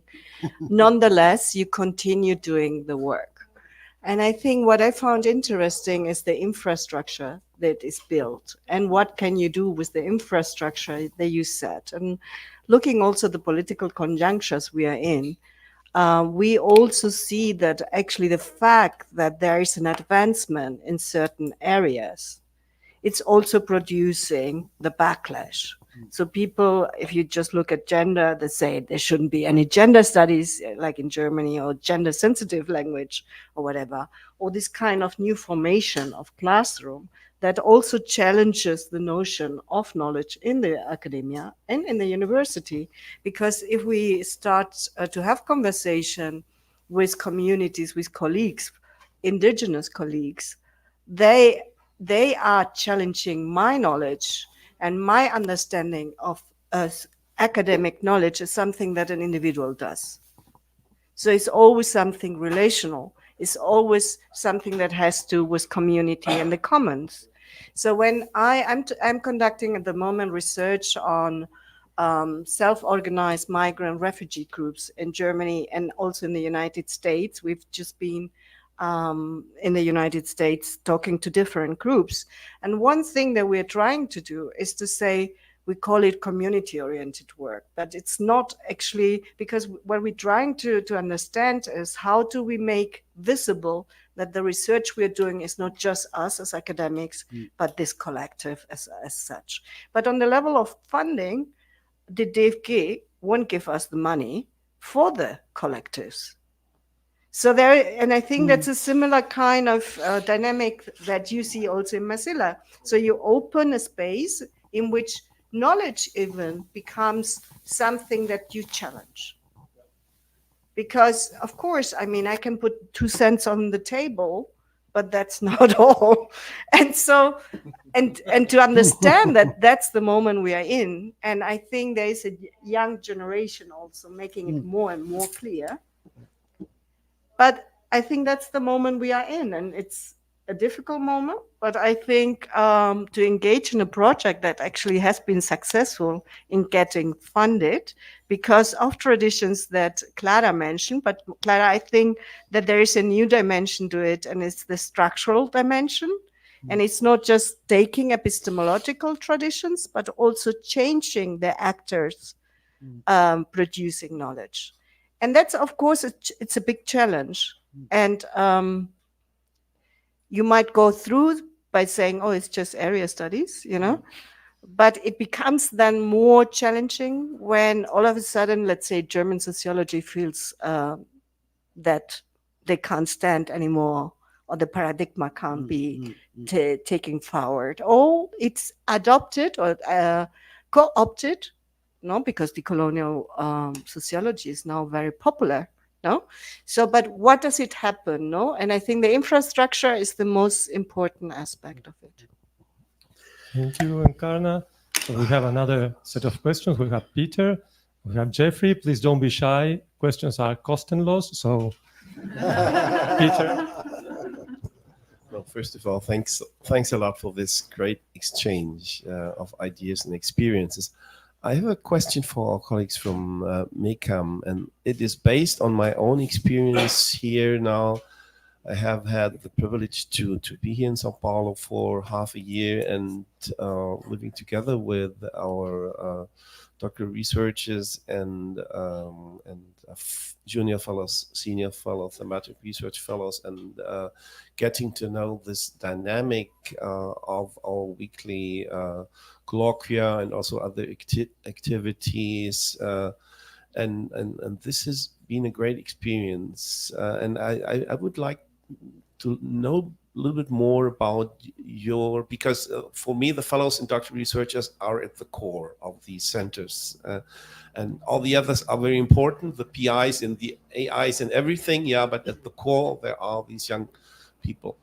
And I would just like to know a little bit more about your fellows, your doctoral researchers. Where do they come from? We have, for example, we have doctoral researchers from Brazil, from Argentina, from Mexico, and some are from Germany, also with a French background.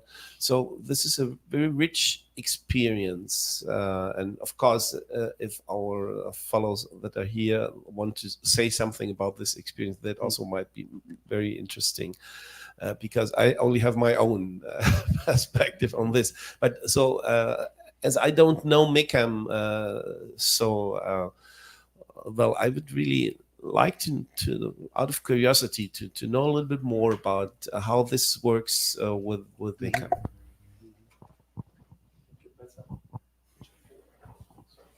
Thank you all for this great panel. It's made me think a lot about a lot of things, including things I've done wrong, which there's a huge list of since this afternoon. So before I get to what I've done wrong, I want to make a comment that was inspired in part by what Moacir said, and in part by what Encarnacion said, which is, when we think about institutional culture, today we've talked about it a great deal related to the nation, right? But those national institutional cultures are in great debate, in great dispute. And from my perspective, it's not just that in many places they're white and male, but in many places they're straight, they're Christian. There are a lot of things going on that talking about research ethics can perhaps help us think in more diverse ways. So that's point number one. But point number two is, I was thinking about this question of tokenism and all the people in many countries in the Americas, which are the areas where I do research, but I think in the rest of the world, who don't fit into, let's say, these traditional racial binaries or whatever, and how you speak to those people in a non-tokenist way. You're absolutely right.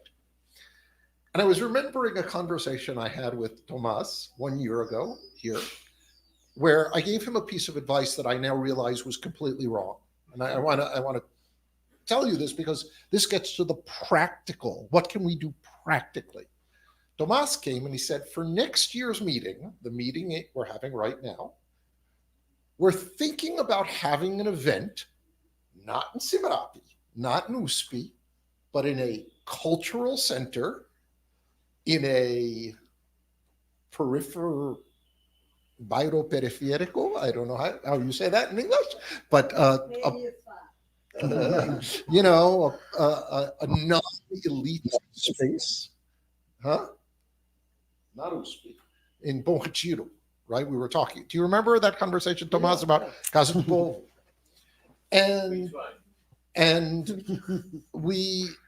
And he said, what do you think about that idea? Because it's an organization that I work with. And at the time, this organization was involved in a very public intent dispute that was leading to racialized language, ethnicized language, real difficult issues between different kinds of people. And I said to Tomas, don't do it there. It's going to be bad for MECILA to get in the middle of a shit show between this ethnic group and this ethnic group and this ethnic group. But listening to the panel today, and this is why I'm thanking you, I think I gave you really bad advice. I think in retrospect, if you ask me again this year, I'm going to say, absolutely. Let's have that mess. That's the entanglement that Encarnacion was talking about. And so I'm telling this story because I think we can sometimes have these conversations and leave, or I leave, completely demoralized and depressed, right? There's nothing to be done. The structures are oppressing us and we can't get away from it. But in fact, these conversations that you all have had with us today have already inspired me to think about, and I hope others, to think about practical things we can do to move the needle forward. So thank you all. And Tomas, mil desculpas for some really bad advice. So we have 2 more questions for this round. Islam. Thank you all. I have two questions. The first, several of you mentioned we were talking about practical measures and things that could be done to further the kind of programs and projects we're involved in. And something that Clara mentioned about, despite the fact that there's this wonderful project, MECILA, and there's a projects or discussions in Germany now about decoloniality and decolonialism, but there's a lack of awareness or perhaps indifference to projects elsewhere in Latin America and other parts of the world, and the achievements and the discussions that happened in other parts of the world. Rashid, you mentioned the German Orientalist societies and how they still not only exist, but they're strong and powerful, and they have a say on funding and all these kind of structures like the DFG. And Julius, you also mentioned like how this trickles back to programs and curriculum in German universities and structures. So my question is, what do we do to make it possible to transform? I'm talking about the problem, like as Clara put it, like what is our work for Europe, right? How are we going to change? Because I see part of the asymmetry is at the end, whatever we do, new ideas, new fashions will arrive here. They will make their way here to the south. But it's not necessarily so that they will go to the north, right? Unless, we do a certain kind of work. That's my question, basically. What kind of work do we need to do to make scholars read the Tunisian researchers' papers that you mentioned, Rashid? That's the first question. Second question is about comparison. Maybe, that's more a theoretical question, but one of the problems I face is when we and we've been talking, Thomas and I, about this a lot, when we read critical research from different parts of the world, let's say discussions about the state in the Middle East, in Latin America, and India. And there's this discussion about the state, the colonial origins, the pre-colonial origins. Is it a product of modernity? Is it good? Is it bad? And so on. And these critical discussions move from different academic contexts, different projects, and there's a sense that we're talking about the same thing, right? That this is the same experiences and same, and of course it's not the case. And so what we do is compare. We start to compare experiences, vocabularies and uses and so on. And there, in this exercise of comparison, there is a risk of also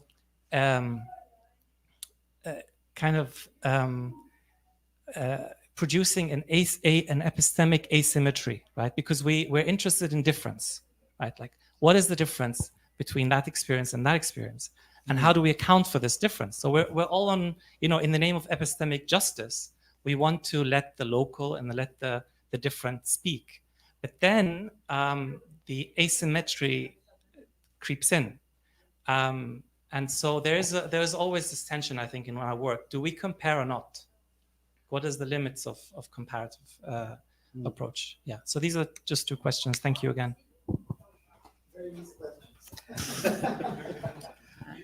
Yeah, it's crazy. Yeah. Well, hi everyone. Thanks for the wonderful and exciting talk. My question is more about just curiosity about the institutional challenge of the temporality involving this unequal structure, and I'm talking specifically more about permanent and temporary positions, and how this is a challenge or not. I think it is, maybe in the case of MECILA, and how, for example, in Brazil, we have a very unequal contest among those who have a permanent position and temporary position. Those ones with permanent, they have more chance to institutionalize these networks and growing, and but temporary positions are kind of hard to do that. And I'm wondering, all this network that MECILA built, it's very, very important. How to sustain these networks, how hard it is, and which are the strategies for it, and which are the institutional challenges of different universities and institutional and centers who have their own rules to define permanent and temporary positions. So basically, how to deal with these different and unequal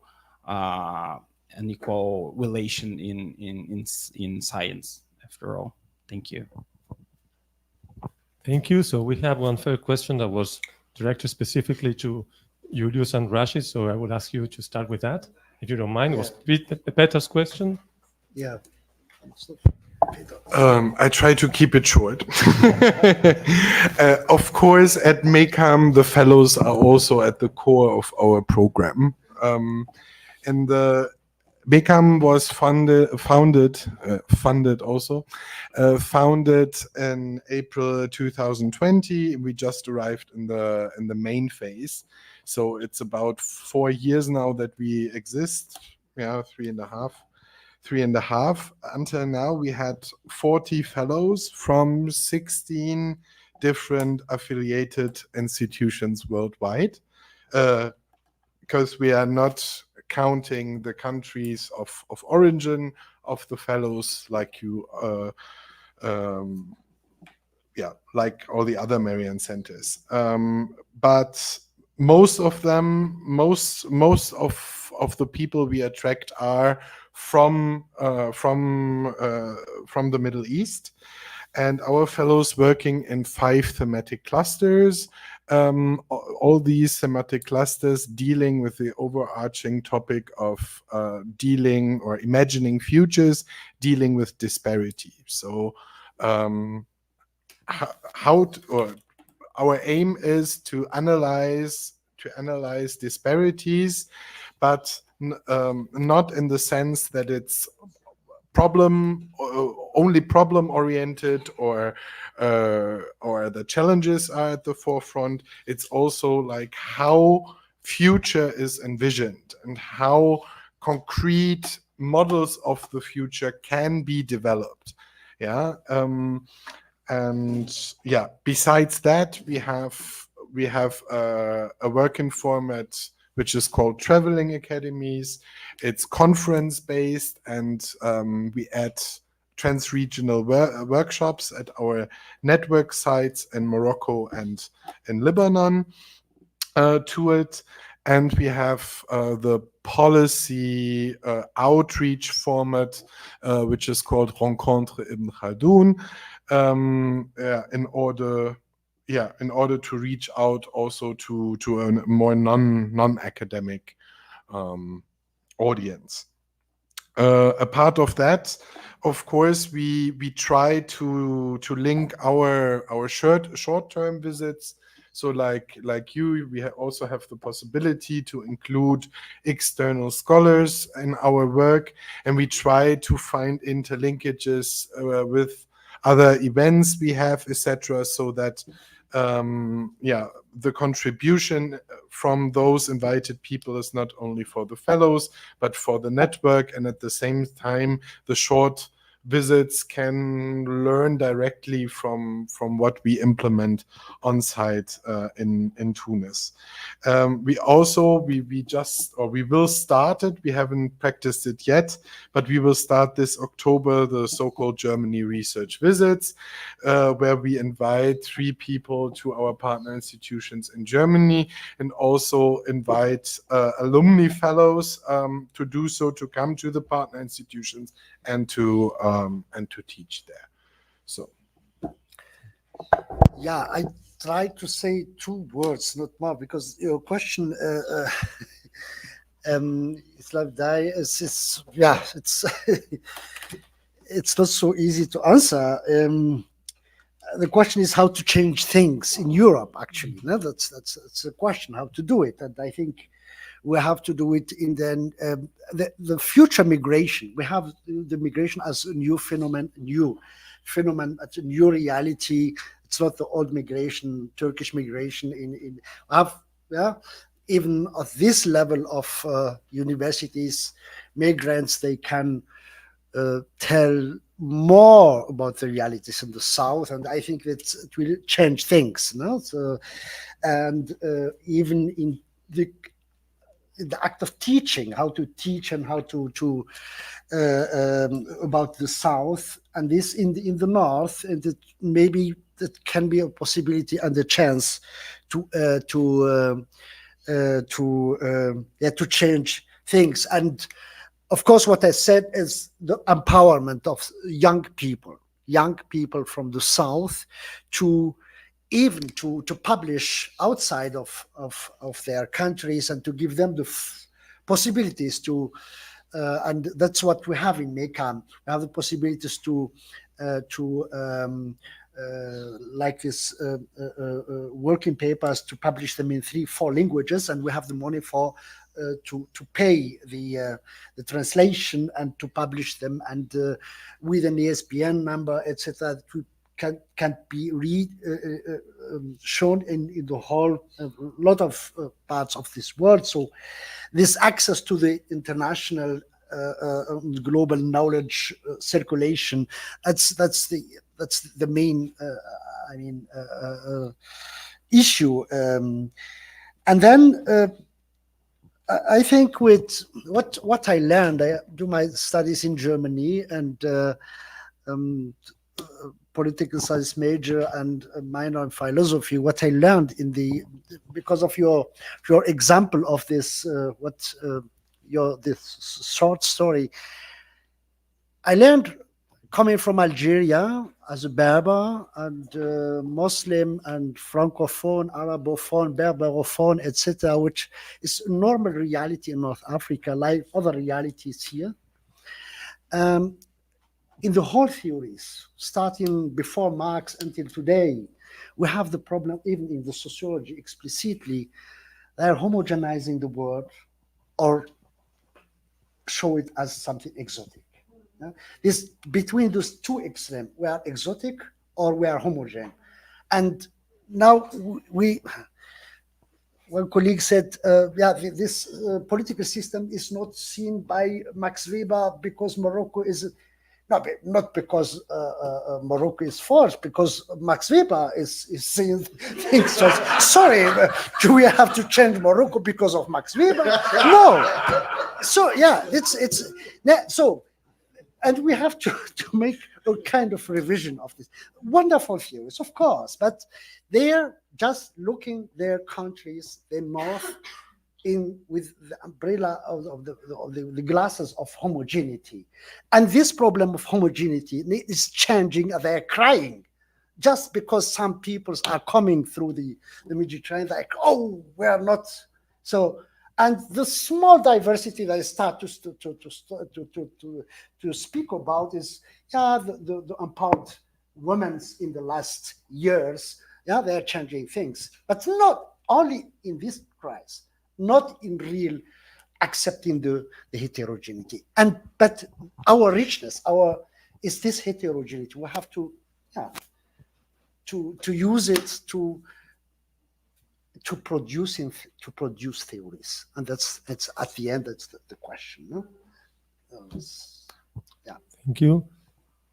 Who else wants to react to the questions posed by Jeffrey, Islam? You're tired? Habt ihr Hunger und Durst? Just a comment for Islam. Thank you for the question. It's a very interesting question. And I think I was thinking about this because I am in a group of global sociology with people from Argentina, from Germany, Switzerland, Africa, and so on. And people from Germany said, we are global sociology because we compare Africa and Latin America. There are many comparisons, very, very incredible comparisons. And people from Argentina say, I'm very provincial. I only make research on my, in La Plata, and what kind of global sociology? Man, I'm not a global sociologist. And I was thinking about this problem of the comparison, big comparisons, interregional, even international, or in the same region, have the risk to be so many general. Really, about so many different countries. The literature from these countries. Really, I mean, that's for me a risk, I said, because people only doing local are maybe many years. What is the quality of this? It is a very high quality, and maybe with more also application in some issues that people doing comparison from really two regions. And we were discussing that in this network on global sociology. We are going to La Plata in a few months, discussing this problem of local or comparison, and the problem of inequalities. Why Argentinians do only local? Because they don't have the money to go to Chile or to go to. They want maybe to go to other countries, but there are not funding for this. And the next question is about these inequalities. I mean, in this, that's always the issue. But I was always thinking, it is not provincial to do local sociology, and you can also make theory from this position. Weber did that. I mean, it is all the classic did local, were localized, and I think it is a good discussion also about inequality methods. What is the method, and who are allowed to be universal or compare, and who not, and that's an interesting point. Thank you for the question. Thank you. Someone else wants to add something? You, Thomas. I will be quick, I swear. So Jeff, thank you for your kindness on remembering the story. I know you had the best interest of the center in head, of course, but I, but I, but I. But we didn't follow your advice. Sorry, we didn't follow your advice. We tried to do something with custom polls, and we won't do it this year, but it's only because of date problems, because they had already scheduled another event, but I think we should try it again. Definitely, that's true. Next year. And about the research ethics, completely agree. And also, some of the theoretical developments of our research should become research ethics. Like we're talking about the whole time about decoloniality, intersectionality, Marxist theory, and so on. And sometimes they don't translate into research ethics. So we should be pay attention to that. About Islam's very interesting comment. We have coffee and we discuss everything, the whole world. It's very, very nice. And that's a very good point, because usually when you do comparative work, you're comparing the standards, like the metropolis, with the different. And when you're thinking about South-South, it's different with different. Sometimes the only thing they have in common is that they were colonized. So we have to be very aware of the very different implications for state, for example, in South America and in the Maghreb, for example. They're very different historical context. And I completely agree with what Peter said. I think the fellows are the center of these kind of institutions, and we have to value them and we have to work with them. And for your question, Caio, I must say also as a researcher myself, I really don't like this kind of fellowship that we have 9 months, 6 months, 3 months. So what kind of a career are we building with this? There are not enough positions as professors for everyone. So this became a new mode of career of, you stay 6 months, and the last 3 months you use to write the project for the next fellowship that you apply. This is a global problem. There's not MECILA. What we're doing inside MECILA to try to make it better is like, be aware of this temporal, that means not only spatial relations, but also temporal relations. So right now we started with the remote fellows, which is just an association, institutional association that the ex-fellows may have with the center if they want. In Berlin in November, we're having the first alumni event of MECILA. Hopefully it becomes something.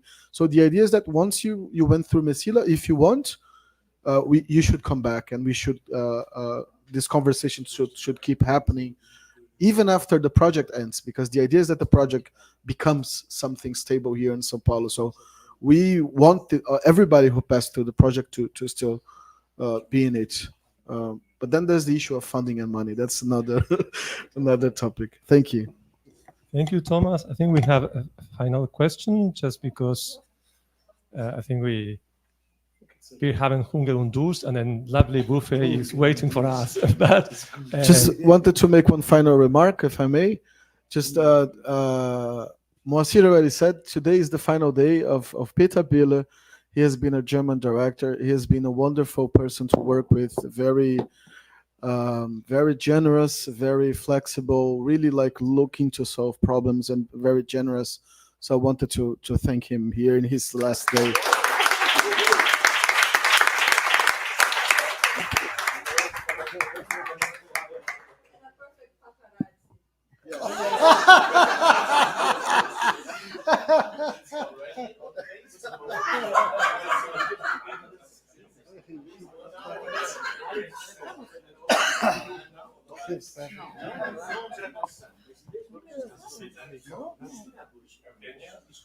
Hello, everything. Hola, hola. Eu vai hablar. Oi. Samuel. ¿Está funcionando? Tá. Não, acabou ainda não. I'm sorry because I'm going to interrupt these laughings, but I found very interesting what you say about inequalities, and I absolutely agree that we, from the South, we produce very great knowledge, and maybe is what we consider in anthropology very feral perspectives, and I always like to mention this. And I also have like some, it's not a question, but some comments, because if fellows, we are the core of this project, then it's very important to listen what fellows have to say. And I think that there are some problems about the ways in which contracts are different kinds of contract. No? We have contracts with different universities, although MECILA or MECAM are consortiums. And this doesn't consider asymmetries and inequalities between fellows. We proceed from very different countries, and we have different conditions, different money, currency, and I think that it's like thinking about continuity and thinking about a very potential project as these Merian Centres. It's very important to consider this, to not reproduce inequalities when we are also speaking about inequalities. So this is very important. We are in Latin America, we're in Brazil, a very, very, very, very inequality country.